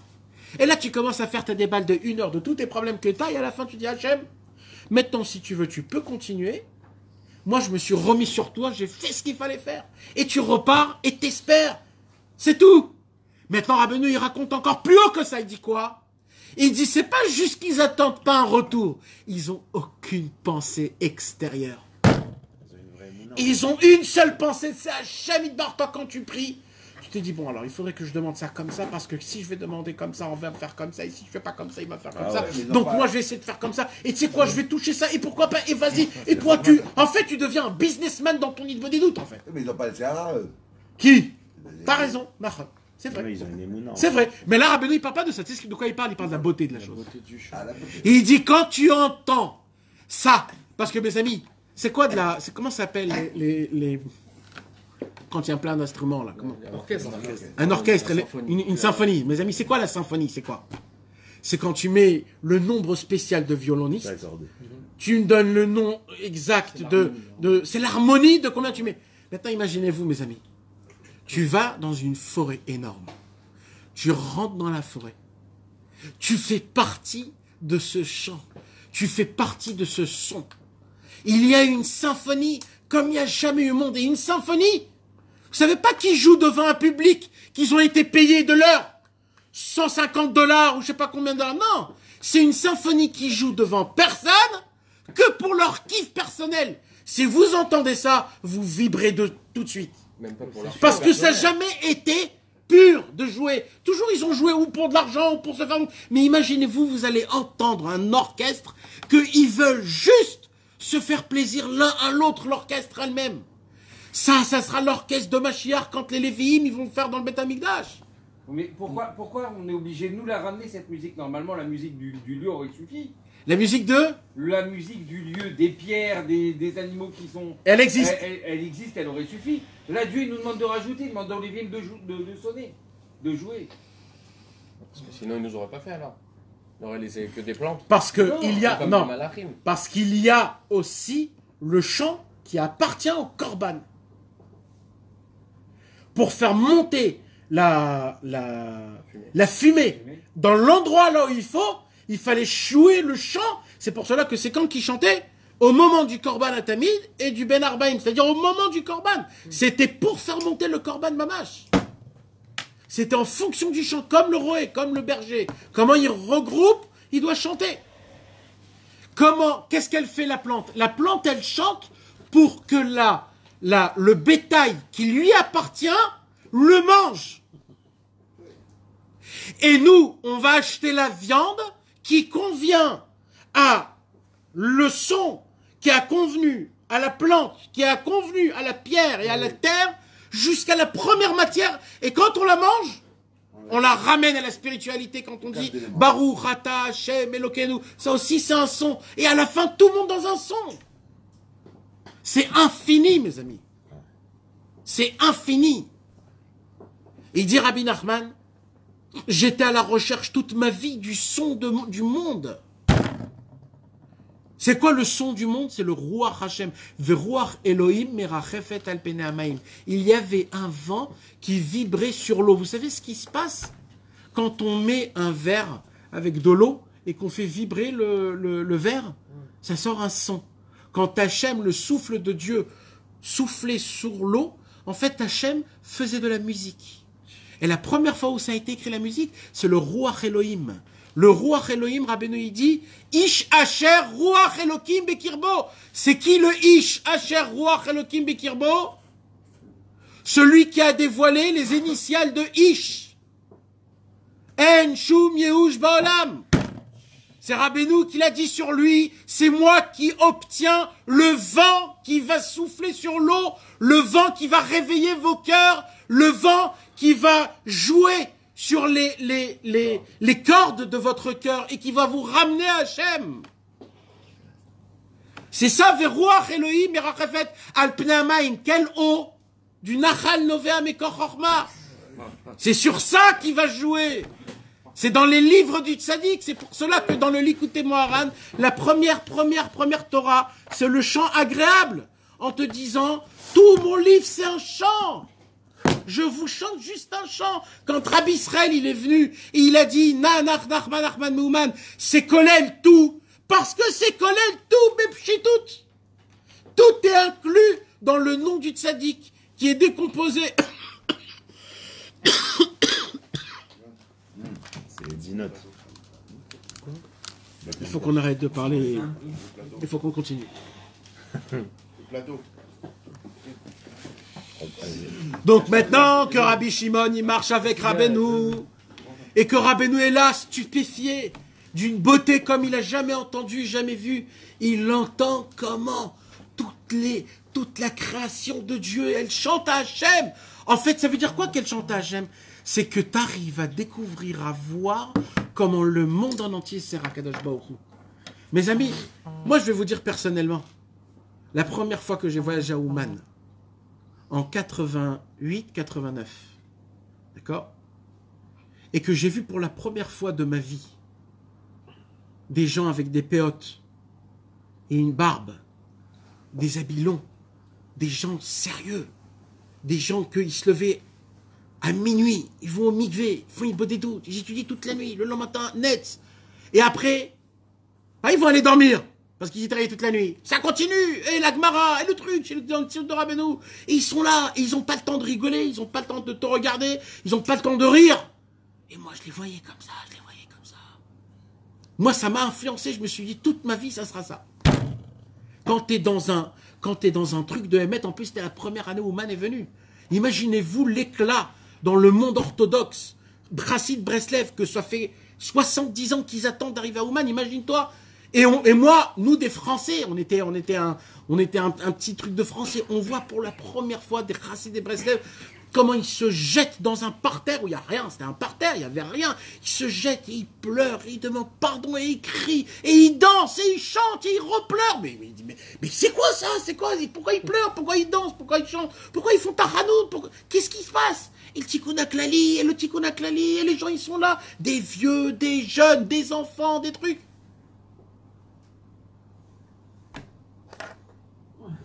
Quand tu es dans une atmosphère de Hémet et d'Avodat Hashem, ça c'est une bulle, c'est même pas. Tu vis, tu sens, tu écoutes, tu entends ce son d'Avodat Hashem, ça te règne ton cerveau. C'est comme quelqu'un, il prend un mauvais trip et il devient complètement.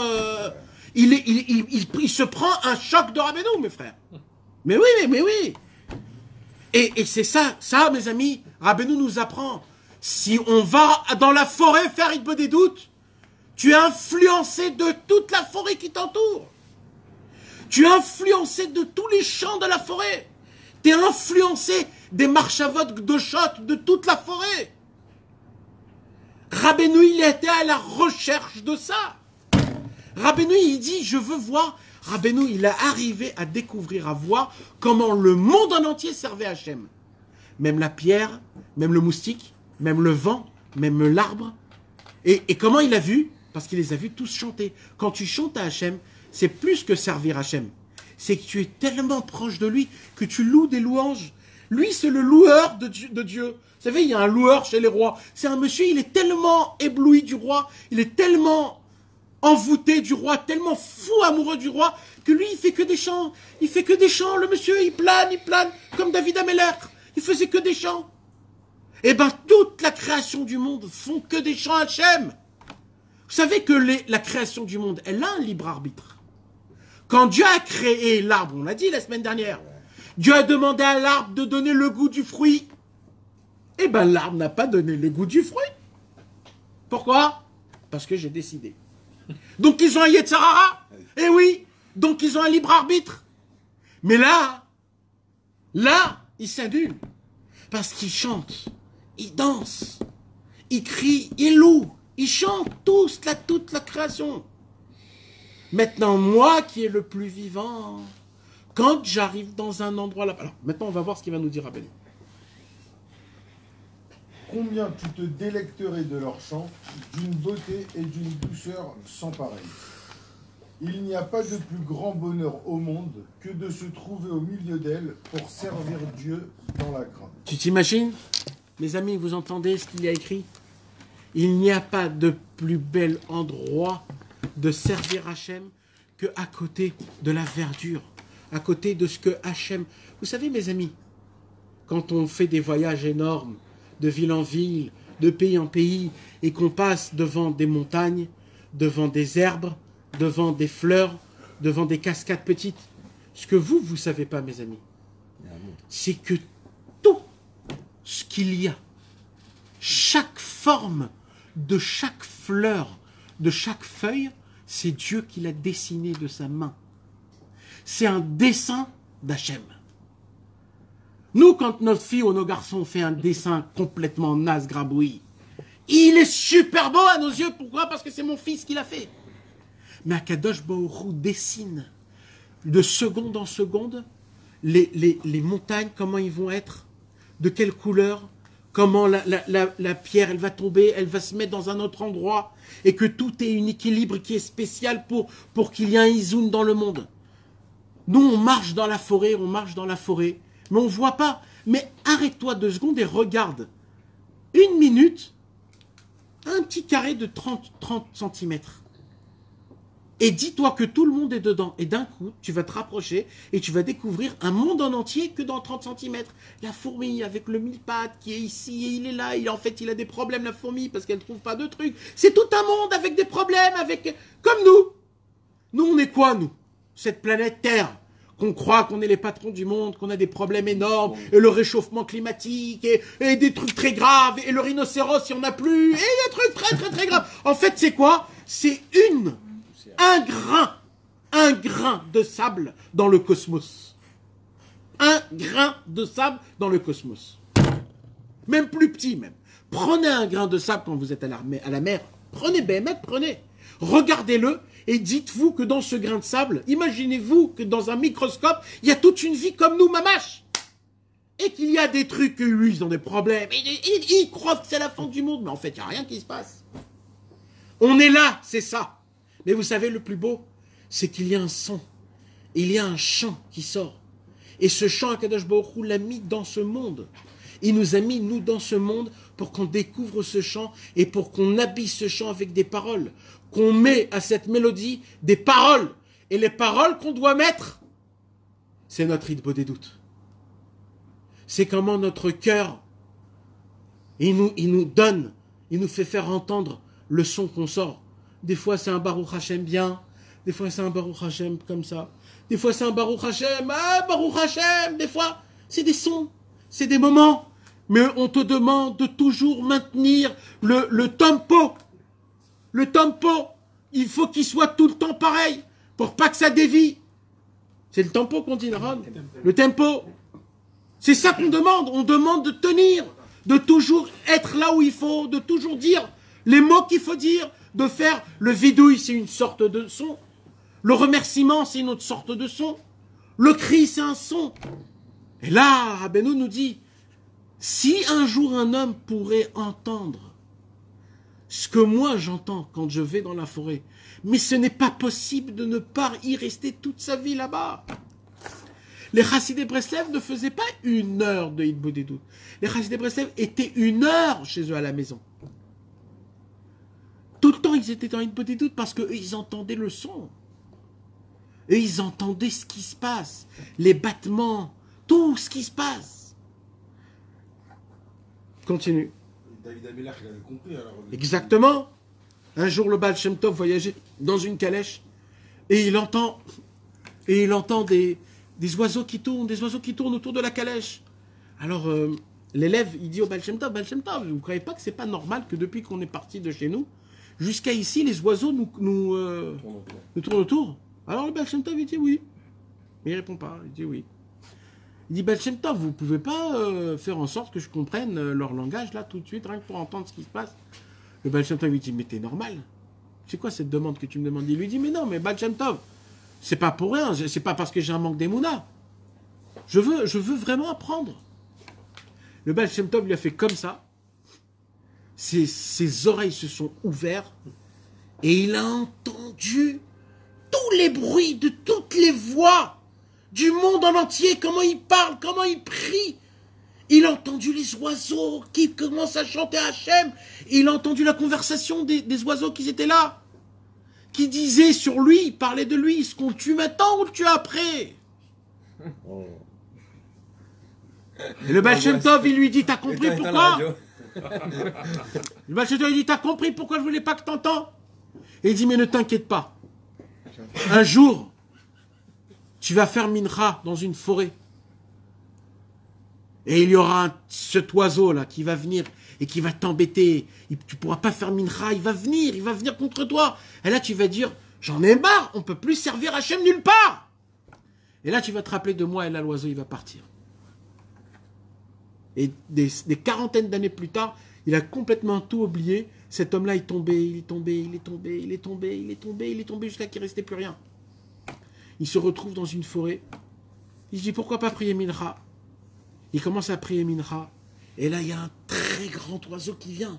Chic, il vient comme ça, il le pique. Et lui, il le fait. Et là, d'un coup, il dit, mais je comprends pas, on peut pas faire mincha, même dans une forêt, on peut pas faire mincha. Et là, d'un coup, il dit, oh là là là là là. Ça fait 40 ans que le Baal Shem Tov est mort. Et il avait vu après sa mort tout mon délire jusqu'à ici. Si c'est comme ça, je fais teshuva. Et il est redevenu Bitshuva. Mais ça, c'était à cause de quoi? Parce qu'il a entendu des choses qu'il ne fallait pas qu'il entende. Comment on fait pour entendre ce qu'il faut entendre en temps voulu, au moment voulu, pour que ça nous aide, pour que ça nous donne des forces? Enfin, le Comment final, le final, Comment on fait On va lire. le final, c'est Cadre, il a. c'est une chose, c'est que quand nous prions chacun de l'autre côté et chaque autre, que tout se regroupe et que ça fait que. Nahon, pourquoi c'est important de prier avec 10 personnes? Voilà, Parce que ça fait une symphonie. une symphonie. C'est plus beau. Il a écrit plus c'est grand, mieux c'est. Bien sûr. Qu'est-ce qu'on fait en Rosh Hashanah? On sonne du chauffard. Ouais. Et on fait le tikkun aklali, qui est les dit à Olami, Alors là, qui est les Nahon, mais c'est vous comprenez pas, c'est énorme ces choses-là, c'est des trucs qu'on peut même pas s'imaginer la grandeur de ce que c'est. Quand par exemple il y a le Daf Yomi de la Gemara, vous savez ce que c'est d'étudier le Daf Yomi de la Gemara? Vous étudiez avec le monde en entier qui étudie le même Daf. Il y a la même symphonie qui monte. Et le Daf Yomi du Likutei Moharan, il y a le Daf Yomi du Likutei Moharan où le monde en entier étudie cette même Torah ce jour-là, tous. Il y a le Likutei Tfilot du jour où le monde en entier, vous savez quelle puissance est là quand ça tombe dans un jour? C'est tout le monde qui la lit, c'est une puissance énorme. Et c'est toi qui avais dit une fois qu'à chaque fois qu'on fait les télim, ou je sais pas, chaque personne c'était David Amelech, il descend, il y est avec toi. Et c'est lui qui remonte tous nos prières. Tu te rends compte?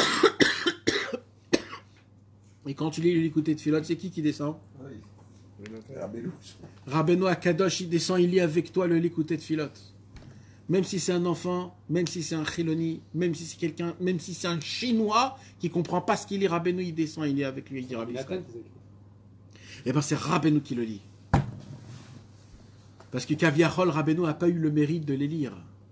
Alors il dit maintenant, chaque fois qu'il y aura quelqu'un qui va lire, je vais descendre et je vais les lire. Ça, c'est un patron. Il descend chez son élève pour dire ce qu'il a dit son élève. C'est le plus grand des plus grands. Quand Moshe Rabbeinu, il était mort, il ne savait pas la halakha, il a dit demander à Yehoshua Binoun. Mamash, c'est ça, Rabbeinu et Yehoshua Binoun et Rabbi Nathan, c'est toujours la même chose qui se répète encore et encore. Maintenant, continue. Il dit, c'est une très bonne chose d'être pieux parmi elles.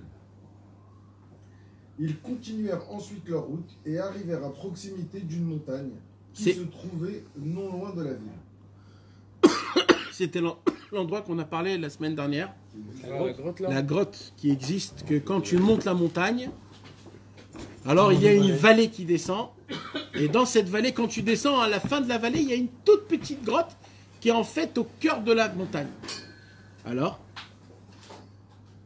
Le disciple lui demanda alors de quoi s'agit-il. Notre maître répondit en lui expliquant pourquoi et comment il venait à cet endroit. Puis il le pria de le suivre et ils pénétrèrent à l'intérieur. ça veut dire que là, Rabbeinu va faire quelque chose que ça vaut des milliards et des milliards et des milliards. En fait, Rabbeinu dit à son élève, viens avec moi une journée. Vis ce que je vis pendant une journée. Rabbi Shimon le suit de bon matin. Rabbeinu, il va dans la forêt. Et il monte la montagne, il descend la montagne, et là-bas, il rentre dans une grotte avec Rabbi Shimon. Rabbi Shimon est à côté de lui. Et là, c'était de bon matin. C'était de bon matin. Et là, qu'est-ce qui va se passer? Et une fois qu'ils se trouvèrent à l'intérieur, ils n'étaient plus visibles de l'extérieur, car la montagne était creuse et même profonde à un certain endroit. Ils sont isolés. Donc c'était comme une fosse comme ça. Que dès que tu rentres, après, on ne peut plus te voir. Notre maître s'enfonça dans la montagne en compagnie de son disciple. C'est alors qu'il s'assit sur le sol, sortit de sa poche le livre Shaharetzion et commença à dire des prières en pleurant abondamment. Shaharetzion, c'est un livre de l'élève de Rabbi du Ari Zal, que lui, il a écrit des prières à lire en fonction des jours de la semaine. Il y a des prières spéciales pour le lundi, pour le mardi, pour le mercredi, pour le jeudi. Après, il y a des prières spéciales avant de faire chaque mitzvah. Il y a des prières, il y a plein de prières là-bas.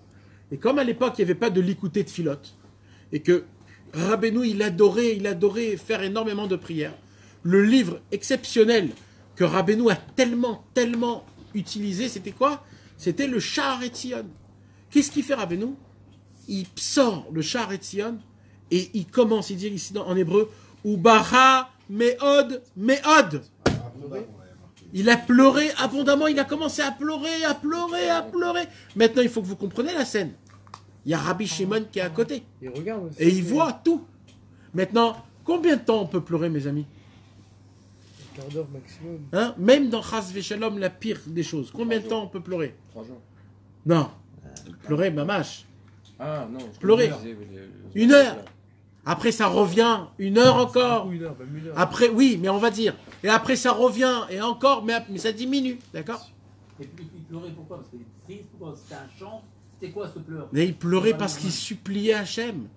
Et pitié de moi, mon maître, pardon de mes fautes, pardon de mon éloignement, pardon que je t'ai oublié, pardon que je te vis pas tout le temps, pardon que je fais pas tout mon effort. Aide-moi à faire tout de toutes mes forces et plus encore. Aide-moi à m'annuler totalement. Aide-moi à me rapprocher de toi, tout le temps être collé de toi. Il passait d'une page à l'autre, tout en récitant et sans s'arrêter de pleurer. Son disciple se tenait à ses côtés, son étui à pipe dans sa main, et fut pris d'un grand étonnement lorsqu'il vit notre maître éclater abondamment en pleurs.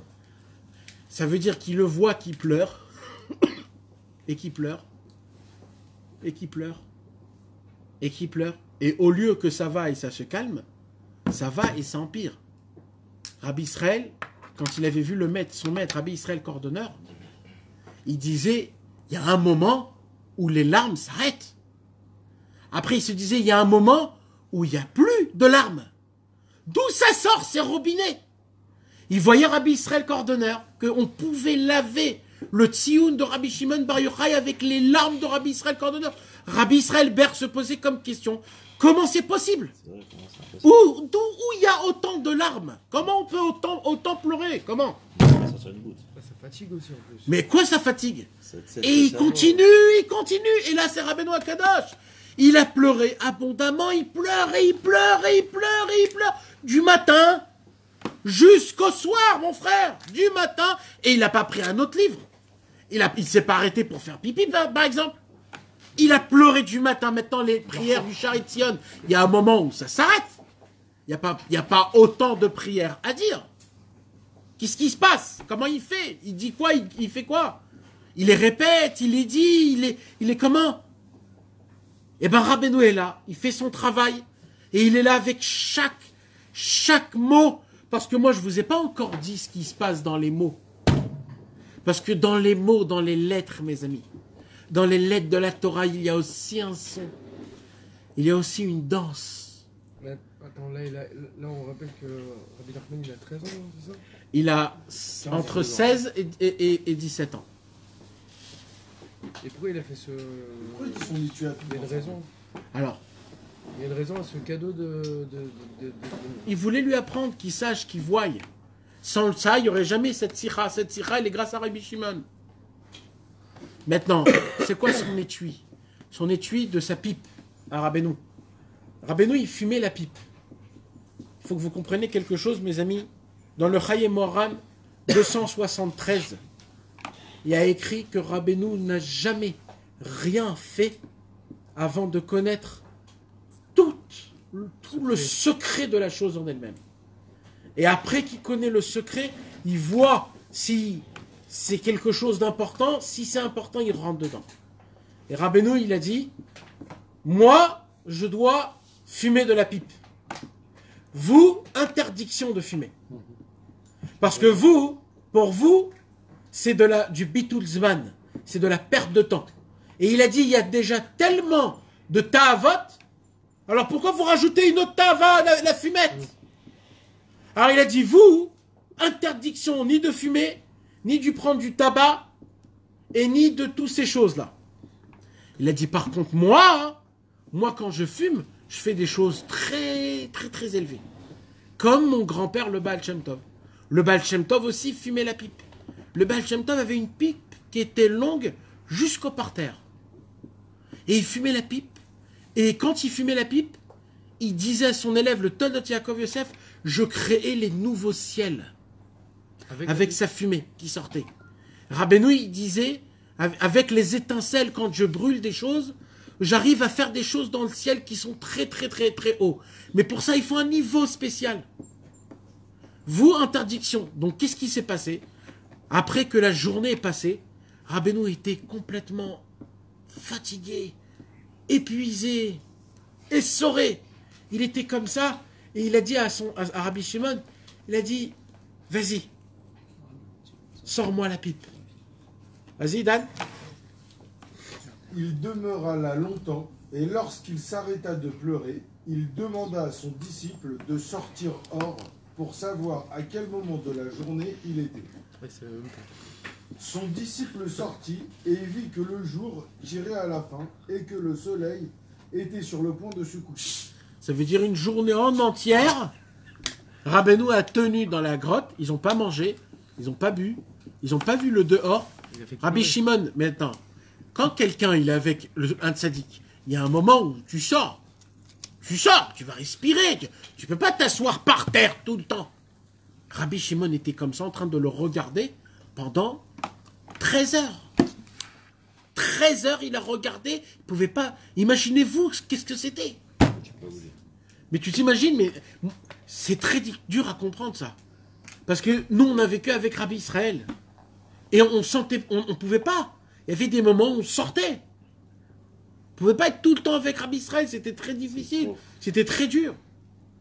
Rabbi Shimon était là, et il a tout pris. Il a tout regardé, tout observé, tout.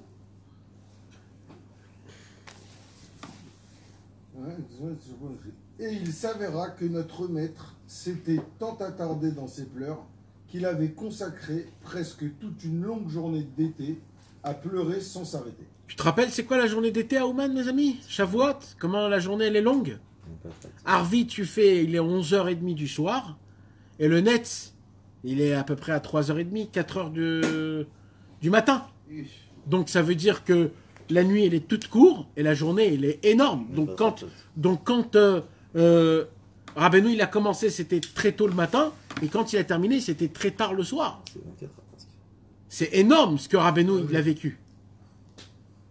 Ensuite, il lui demanda du feu pour allumer sa pipe. Il resta là encore un peu, tout en fumant sa pipe, et puis ils sortirent à l'extérieur. Et là, Rabbeinu Akadosh, en fumant sa pipe, il a vu le futur.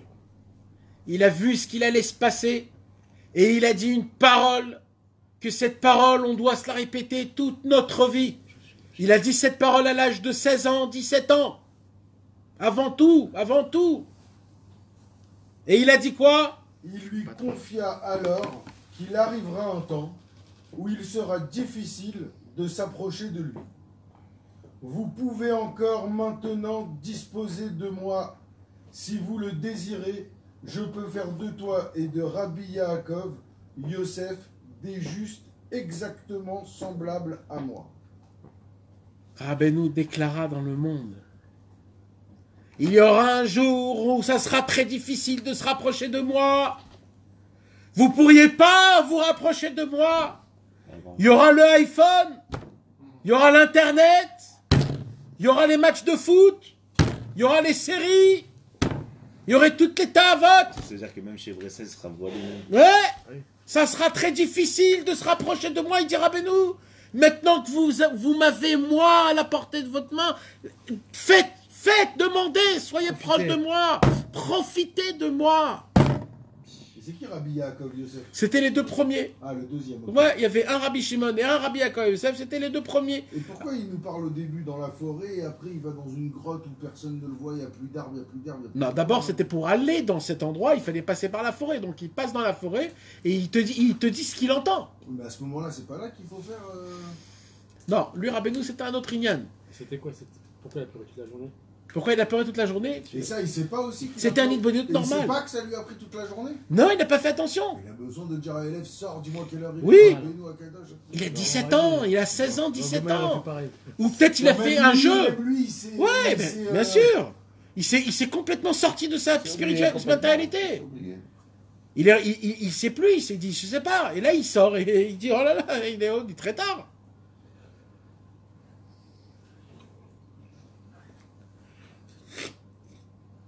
Il ne raconte pas, il lui a parlé, il lui a raconté des choses. Mais ils sont Rabbeinu, pas il a parlé. écrit Non, un livre ou il a rien écrit du tout, lui. Rabbeinu lui-même, Il a écrit. il a écrit des qu'on a Bien sûr, l'écoutez Moral. C'est lui qui a écrit. Les contes. Il a même pas son. Il a écrit que les contes. Les contes, le l'écoutez Moral. C'est faire un idole. Il a pas dit. Et le livre des qualités. C'est lui qui a vraiment écrit les livres. Et Nathan, Il a tout écrit, tout le reste. L'écoutez à la tout. Non, mais il les a lus aussi, Rabbi Nachman, avant de. Ben, t'as. Non, ça Bien aussi. sûr, bien sûr. Donc, en fin de compte, tu dis qu'il vaut des doutes parfaits, qu'en tout cas, qui nous dit Rabbi Nachman, c'est il vaut des doutes, il faut faire des doutes sans chercher à recevoir quelque chose. C'est-à-dire que c'est pas, il ne faut pas qu'on attende quelque chose. C'est même pas un C'est ridouche. ça qui nous bloque peut-être. Ça nous bloque parce qu'on n'a pas la réponse de suite. C'est ça qui nous bloque peut-être. De penser qu'on va recevoir quelque chose, tu vois. Yaakov, en vérité, c'est un niveau. Je vais te dire la vérité, c'est un niveau. Je vais pas vous le dire et après vous allez le faire et vous n'êtes pas dans ce niveau-là. Nous, on est déjà dans le niveau où déjà de prier quand tu as besoin, déjà c'est difficile déjà. T'imagines ce que tu es en train de me dire là? C'est un niveau. Mais il faut que vous le sachiez que ça existe et c'est ça le but. Le but, c'est que tu vas demander rien que parce qu'il faut demander, pas parce qu'il faut recevoir. C'est d'être une plante. Je demande, c'est une totale annulation à Hachem. Juste de mettre le Ouais. point sur la table. On m'a demandé, je le fais. Je me pose même pas la question. Mais c'est quoi le secret? Et la dernière phrase. Quoi? Je peux faire de vous des gens semblables à moi. Il a dit, je peux faire de vous semblables exactement comme moi. C'est quand il était là. Et ça, après tout ce qu'on sait de Rabbi Nachman et tous ces. C'est Comment quand on il peut était dire là ou c'est comment- quand Mais c'est la vérité, c'est inhumain, c'est pas possible. Il parle quand il était là, non? Faire Oui, 13 heures mais comme quand ça on sait tout ce qu'il de. a vécu, que de faire 4 pas ici, le truc, et Moshe Rabbeinu, Non, mais tout ça, t'avais comment pas on dit à un moment donné que le mien d'être comme lui, On est mamash, pas comme en ça, train c'est de aussi parler de. qu'il a appris. Comme tu t'es attaché vraiment à lui, alors que t'as son date, qu'il y avait Rod, et donc tu réagis comme lui. C'est vrai que on n'est pas vraiment face au lien d'être comme lui. Excuse-moi, tu dis la sira, mais. Je comprends pas. Non, c'est pas qu'on comprend pas, c'est inhumain, bébé. C'est pas. Alors, venez, on explique ce Et qu'on à la a fin, lu. il dit, à la fin, il dit en gros, je peux vous faire des tzadikim comme moi. Mais Nathan on semble se dit, mais on a des années-lumière. Notre ami Yaakov. Semblable à lui, ça veut dire ressentir ce que lui il ressent. C'est-à-dire ressentir les herbes, entendre les herbes, ressentir ça, non? C'est ça qu'il veut dire. C'est pas être lui, Pas être lui, un c'est sadique. lui. Ouais, ça dit comme lui. Il dit pas être un sadique avec ses connaissances. Il n'y a qu'un sadique, c'est Rabbi Nachman. Faire des choses comme il a fait aujourd'hui, pleurer toute une journée sans voir le temps Ressentir. passer. De faire la Vodat Hachem comme lui. Pas, mais voilà. Mais il y a une autre explication, mes amis. Parce que là, il y a un mot, vous savez. C'est une parole de Rabbeinu, mes amis. C'est pas du blablabla. Exactement. Là, la parole, elle est Ani yachol la'asot mikem.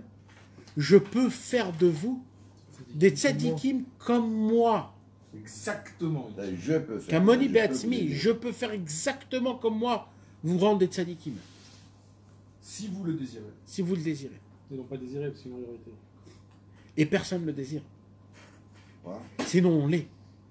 Parce que Rabbeinu, s'il a dit ça de son vivant, aujourd'hui, il est encore plus fort que quand il a dit. Rabbeinu, il a la possibilité, mes amis, si on a une émouna pshuta, une émouna simple, de devenir un Oved d'Hachem comme lui. Un jour, quand Rabbeinu, il a dit cette parole plus tard, Rabbeinu, il a dit cette parole, il y a un élève de Rabbeinu qui a dit à Rabbeinu, Rabbeinu, c'est sûr ce que vous dites. D'ailleurs, c'est sûr que dans quelques années, si Rabbi Nathan continue comme ça, il va devenir un tzaddik énorme. Rabbeinu, il lui dit, tu dis faux. Moi, je dis que c'est déjà un tzaddik. Il est déjà un tzaddik, Rabbi Nathan. Et c'est le tzaddik le plus grand, Rabbi Nathan, de parmi tout le monde. À l'époque, Rabbi Nathan, il était tout jeune. Il avait dans les vingtaines. Il s'est rapproché de Rabbeinu à 21 ans. Quand Rabbeinu, il est mort, il avait 28 ans, 29 ans. Et là, il était complètement tout jeune. Donc, il lui a dit, il y a un tzaddik qui, c'est déjà un tzaddik. Rabbeinu a fait le tampon sur Rabbi Nathan que c'était un tzaddik. Pourquoi? Parce qu'il s'est annulé totalement à Rabbeinu. Quand tu t'annules totalement à Rabbeinu, tu deviens lui. Rabbeinu, il s'est annulé totalement à Hachem. Il est devenu puissant de cette même manière, comme les tzaddikim. Quand nous, on s'attache à lui, on est obligé de devenir comme lui. Quand la mechoubar les ta'or, ta'or. Comment on voit si tu es pur ou impur? C'est avec qui tu fréquentes. Qu'est-ce que tu parles dans la journée? Qu'est-ce que tu as dans la tête? La majorité de la journée, tu penses à quoi vraiment? C'est quoi qui brûle dans ton cœur? Mais là, Rabbeinu, il n'a pas dit en tant que, avec de la force, je peux faire de vous des tzadikim. Non. Rabbi Nathan, Rabbi Israël Ber, il a dit, Retson Yereav, il y a assez. C'est quoi Retson Yereav, il y a assez? La volonté des gens qui craignent Dieu, Dieu, tellement il les aime, il fait leur volonté. Même s'il ne le demande pas, Hachem, tellement il adore ceux qui le craignent, que même sa volonté, il l'applique. Alors Rabbi Israël a dit, puisque Retson Yereav Yaaseh, et que Rabbeinu il a dit, Ani Yachol Laasot, que je peux rendre un tzaddik comme moi, un tzaddikim comme moi, où on les voit, ces tzaddikim-là? Alors il dit Rabbeinu, il dit Rabbi Israël Ber, comme à l'époque de Rabbeinu était caché, comme ça aujourd'hui, les gens que Rabbeinu a formés, ils sont cachés aussi. Mais ils existent. Il ne faut pas croire qu'ils n'existent pas et qu'il y en ait eu un ou deux. Ça existe, les gars. Ils sont cachés. Ils ont la puissance. Ils sont attachés. Même Moshe Rabbeinu avait besoin de faire ce travail-là, de s'attacher à quelque chose. Quand il est monté dans le mont Sinaï, Moshe Rabbeinu, il a eu peur des anges. Il a dit, j'ai peur qu'on me brûle de la buée de sa bouche. Dieu, il lui a dit, ok, attache-toi à mon trône. Il s'est attaché au trône. Sans s'attacher au trône, il ne pouvait pas. Donc même le plus grand tzaddik, il doit s'attacher à quelque chose. Donc nous, à plus forte raison qu'on doit s'attacher à quelque chose. À qui est au tzaddik, que le tzaddik lui tient le trône d'Hachem. Mais quelqu'un qui ne fait pas partie de ça, je ne sais même pas s'il a une existence. Rabbeinu nous dévoile un secret énorme. Rabbeinu nous dit, vous voulez entendre la mélodie du monde, le chant et la beauté du monde, allez faire Idbodedou dans la forêt.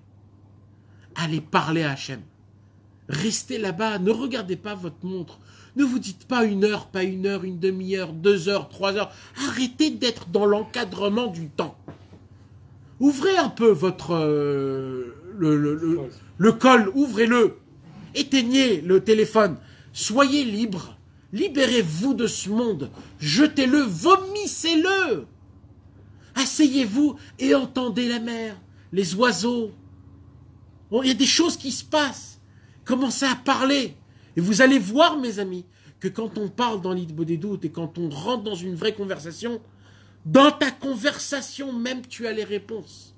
D'un coup, dans tes paroles, tu dis des nouvelles choses que jamais tu as eues. C'est quoi? C'est le son qu'on te répond. La question que je vais poser, c'est-à-dire quel rapport qu'il y a avec les 10 mélodies. Le son et les 10 mélodies. Quand j'ai entendu une histoire, quand Rabbi Nachman a été dans la grotte de Shimon le Haï, il y a qui c'est qui chante cette musique. Exact. Ça veut dire c'est quel rapport qu'il y a entre... Il y a un rapport. mais c'est très très long à expliquer. Je vous invite le jeudi soir à venir si vous voulez savoir c'est quoi tout ça. Il y a le cours Les 10 Mélodies sur YouTube. Ah, si tu veux aussi, ouais. Ah Si oui, tu veux Oui, aussi. d'accord, non, mais Il y a un lien. Il y a un lien, c'est ça que je veux savoir. Il y a un lien. Mais c'est. Ça n'a rien à voir. Il y a un lien, mais c'est très long à expliquer. Ah, d'accord. Donc c'est dommage de le dire sur un seul pied parce que Oui, c'est non. vraiment très beau à. Donc maintenant, ce qui se passe, mes amis, il se passe que Rabbeinu nous apprend que le chant, la mélodie de ce monde, mes amis, on peut la découvrir à travers l'Idbodedut. Vous savez, quand on est effrayé par un chien ou un craquement de branche, aïe, tu cries, tu rajoutes une mélodie. Il dit Rabbeinu, quand un homme il prie, sa prière, elle monte avec toutes les prières et toutes les éloges de tous les arbres, de toutes les fleurs, de toutes les feuilles. Il se mélange avec tes mots et il monte dans le ciel. Imaginez-vous comment elle est reçue dans le ciel. C'est pas grâce à ces peurs qu'on vide un peu le cerveau, justement. Aussi, ben, c'est la raison, Birla, du Inyan. On est bouché du cerveau. Exactement. Mais, il faut tout jeter les peurs. Non, bah oui, ça. Le fait est d'aller dans l'Idbodedut, la forêt, tu es obligé de casser ces peurs-là et c'est grâce à ça que tu arrives après à faire ce qu'il doit faire. On est à minuit parce que il y a un chant particulier qui est Vas-y, chanté. il y a les à deux minuit, oiseaux. quand Il y a un chant à minuit qui est spécial. Maintenant, oiseaux celui qui qui viennent. peut pas, alors il peut pas. Mais alors il fait le jour. Celui qui peut pas le jour, alors il fait la nuit ou le soir ou l'après-midi. Le jour, c'est pas pareil que la nuit où il y a tout le monde chante. Ouais, Si, tu si. gères ça et tu gères- Chaque seconde, le monde fonctionne, tourne et existe grâce à une mélodie.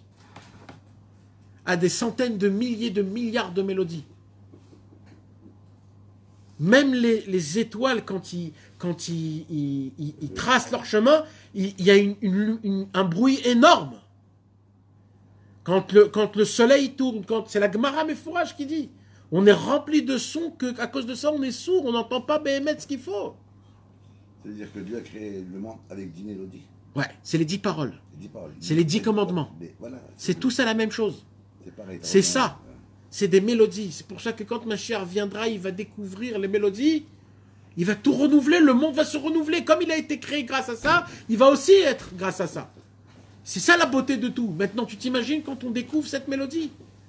On devient des tzadikim. On peut la découvrir que pendant qu'on fait Idbodedut. Pendant qu'on fait Idbodedut, nos oreilles s'ouvrent un peu plus que dans la journée. Dans la journée, on fait exprès de moins entendre. Chaque branche qui se fasse casser dans la nuit, tu vas l'entendre. D'un coup, ça va te faire peur même. Ouais. Tu vas voir qu'il y a quelque chose. Nachod. Donc, tes oreilles, forcément, elles sont ouvertes différemment. Nachod. Mais il n'y a pas que ça. C'est même la spiritualité des choses. Même le vent. Même tout. On ne peut pas expliquer ce que c'est. Tu vas avoir des frissons, tu ne vas pas comprendre pourquoi. C'est le monde, il dort, mais tout ça, ça se réveille. Exactement. Et là, tu vois comment le monde sert Hachem. Tu vas regarder les arbres qui sont là. Un arbre, il dit jamais je suis fatigué, allez, je tombe. Et il tombe. Un arbre, il est loin, il reste debout pendant des centaines d'années. Parce qu'Hachem, il lui a dit sois debout. T'imagines, il sert Hachem chaque seconde. Il bouge, il amène de l'oxygène, il te donne des fruits qui sont sucrés, qui sont bons. Il sert Dieu. Il loue Hachem. Et vous voulez savoir c'est quoi qu'ils disent les chants dans le Perek Shira? Ils disent découvrez notre mélodie. Chantez-la comme nous. C'est ça qu'ils disent dans Perek Shira. Il faudrait un jour qu'on étudie tout le Perek Shira, le Pirabenu. Chacun, qu'est-ce qu'il dit en fonction du tzaddik. Parce que Chacun, il a une yann, comment tout se rapproche, comment tout le monde crie le tzaddik partout. Quand tu pries dans la forêt, c'est toi qui fais monter les Non. prières de. C'est elles qui font monter. Non, ni. L'herbe, non. Chacun, il a son... Il monte. Maintenant, ce qu'il dit, Rabbeinu, c'est que quand tu prends les deux en même temps, elle monte habillée avec une air tellement belle et tellement bonne qu'elle monte très, très, très, très, très haut. Mais dans les deux cas, elle monte. Donc c'est ça maintenant le Inyan, c'est qu'il faut aller, qu'il faut commencer à se trouver des forêts, à y aller à parler. Il ne faut pas avoir peur. Il faut rentrer dans le rythme. Cœur de la forêt. Et on est obligé de le faire. On est obligé de commencer.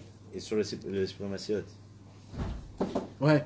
à la fin, il découvre un instrument de musique, non, c'est pas ça? Ouais.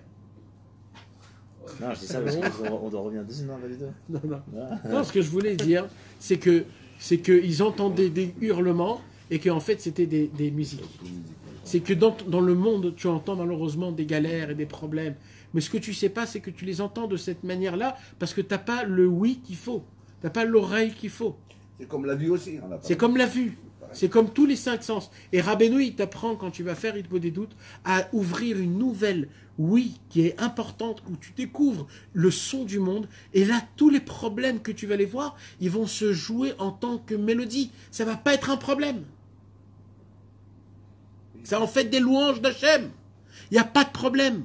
Il n'y a rien. On dit quand Adam Arishon il a fauté, il a enlevé, vraiment la vue parce que la vraie lumière, et on est descendu vraiment très très bas de niveau. Ce qui nous a laissé, c'est juste l'odorat.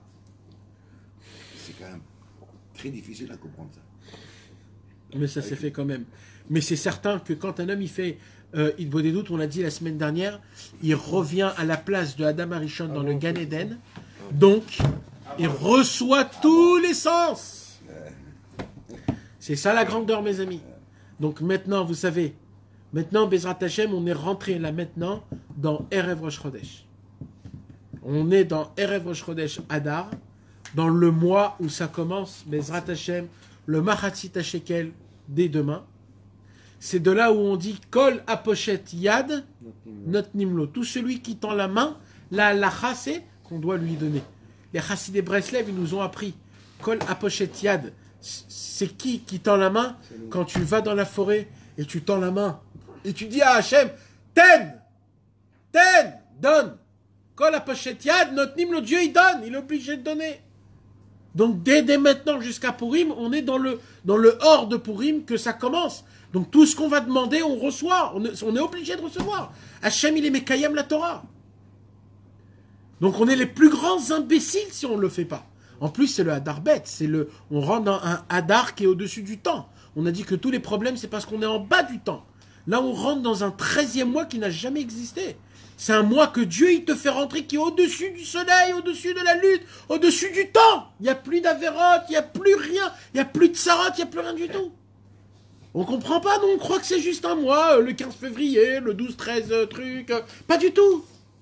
Même dans les étoiles, chaque année, dans les étoiles, il y a une forme de poisson. C'est la forme du mois de Hadar. Et quand il y a 2 Hadar bêtes, mes amis, il y a 2 petits poissons au lieu de 1 grand poisson. C'est un truc de fou, ça, mes amis. C'est au lieu de Yosef, c'est Ephraim et Ménaché. C'est un truc de fou, mes amis. Même les étoiles, ils sont faits comme notre calendrier à nous. Quand c'est Hadar bête, c'est 2 petits poissons. Pour voir ça, il faut aller dans la forêt, mes amis.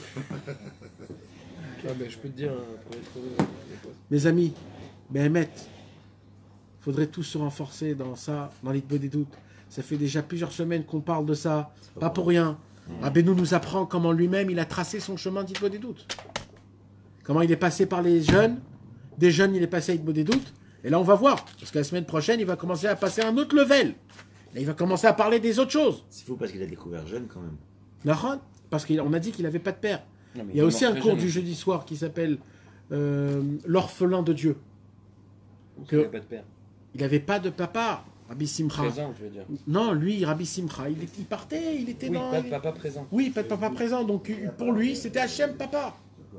Et il partait éperdument en se mettant totalement Hachem, en lui disant Hachem, il n'y a que toi qui peux m'aider. Je comprends pas la Mishnah, je comprends pas le Chumash, je comprends rien. Il était obligé de l'amener à Hachem, et tout il obtenait par Hachem, Et c'est comme ça qu'il a atteint encore et encore et encore. J'étais têtu et je me suis fatigué. Il a dit, ça, c'est quand tu as parlé des enfants qui pleurent. Tu parlais des bébés. Là, les petits de 2 ans, 3 et qui pareil. Ils sortent. Je dis, mais comment ils sont têtus, maman? Ils sortent, ils comme ça reviennent. C'est comme ça que Rabbeinu il était, mon frère. Il n'était pas têtu, Rabbeinu, il était têtu comme ça. Mais on dit dans la Torah comme ça, 3 ans, c'est comme ça qu'il nous préfère que je m'en C'est le signe de vie, Baruch Hashem. Jusqu'à 3 ans. Après. Comme ça on est, nous, avec Hachem. Comme ça on est. Et encore. Mais Bezrat Hachem, on a une belle fin. Rabbi Israël a reçu un pétek qui est descendu du ciel, où Rabbeinu a signé son nom, où dedans il est fait avec le chant du futur. Et Bezrat Hashem, ce chant, il va se jouer quand la venue du Mashiach viendra. Rabbi Nathan, il dit dans l'Ikuta Alachot, plus tu es proche du tzaddik, plus tu entends le chant avant son temps. On peut entendre ce chant avant le Mashiach, on peut l'entendre. Il faut se rapprocher de Rabbeinu, plus on se rapproche, plus on l'entend. Et il dit Rabbi Nathan, au moment où tu entends ce chant, tu es totalement libéré de tout, Yetzirara de tout. Je ramène Rabbeinu. Tellement tu es bien. Et nous, on doit prier Hachem de pouvoir entendre ce shir Hadash qui vienne et qu'on l'entend et qu'on s'attache totalement à Hachem Yitbarach et qu'on dit Zé Hachem qui vit nous l'eau.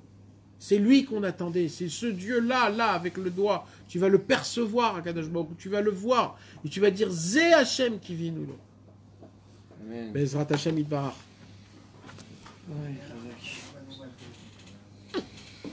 La caméra, il y a... Non, on attend. Ah bah, caméra, il faut Ah, éteindre bien la que caméra tu pour mettes le ça. site, là. Ah oui. Parce que celle-là, elle va s'éteindre d'un coup. Et celle-là, ils ne veulent pas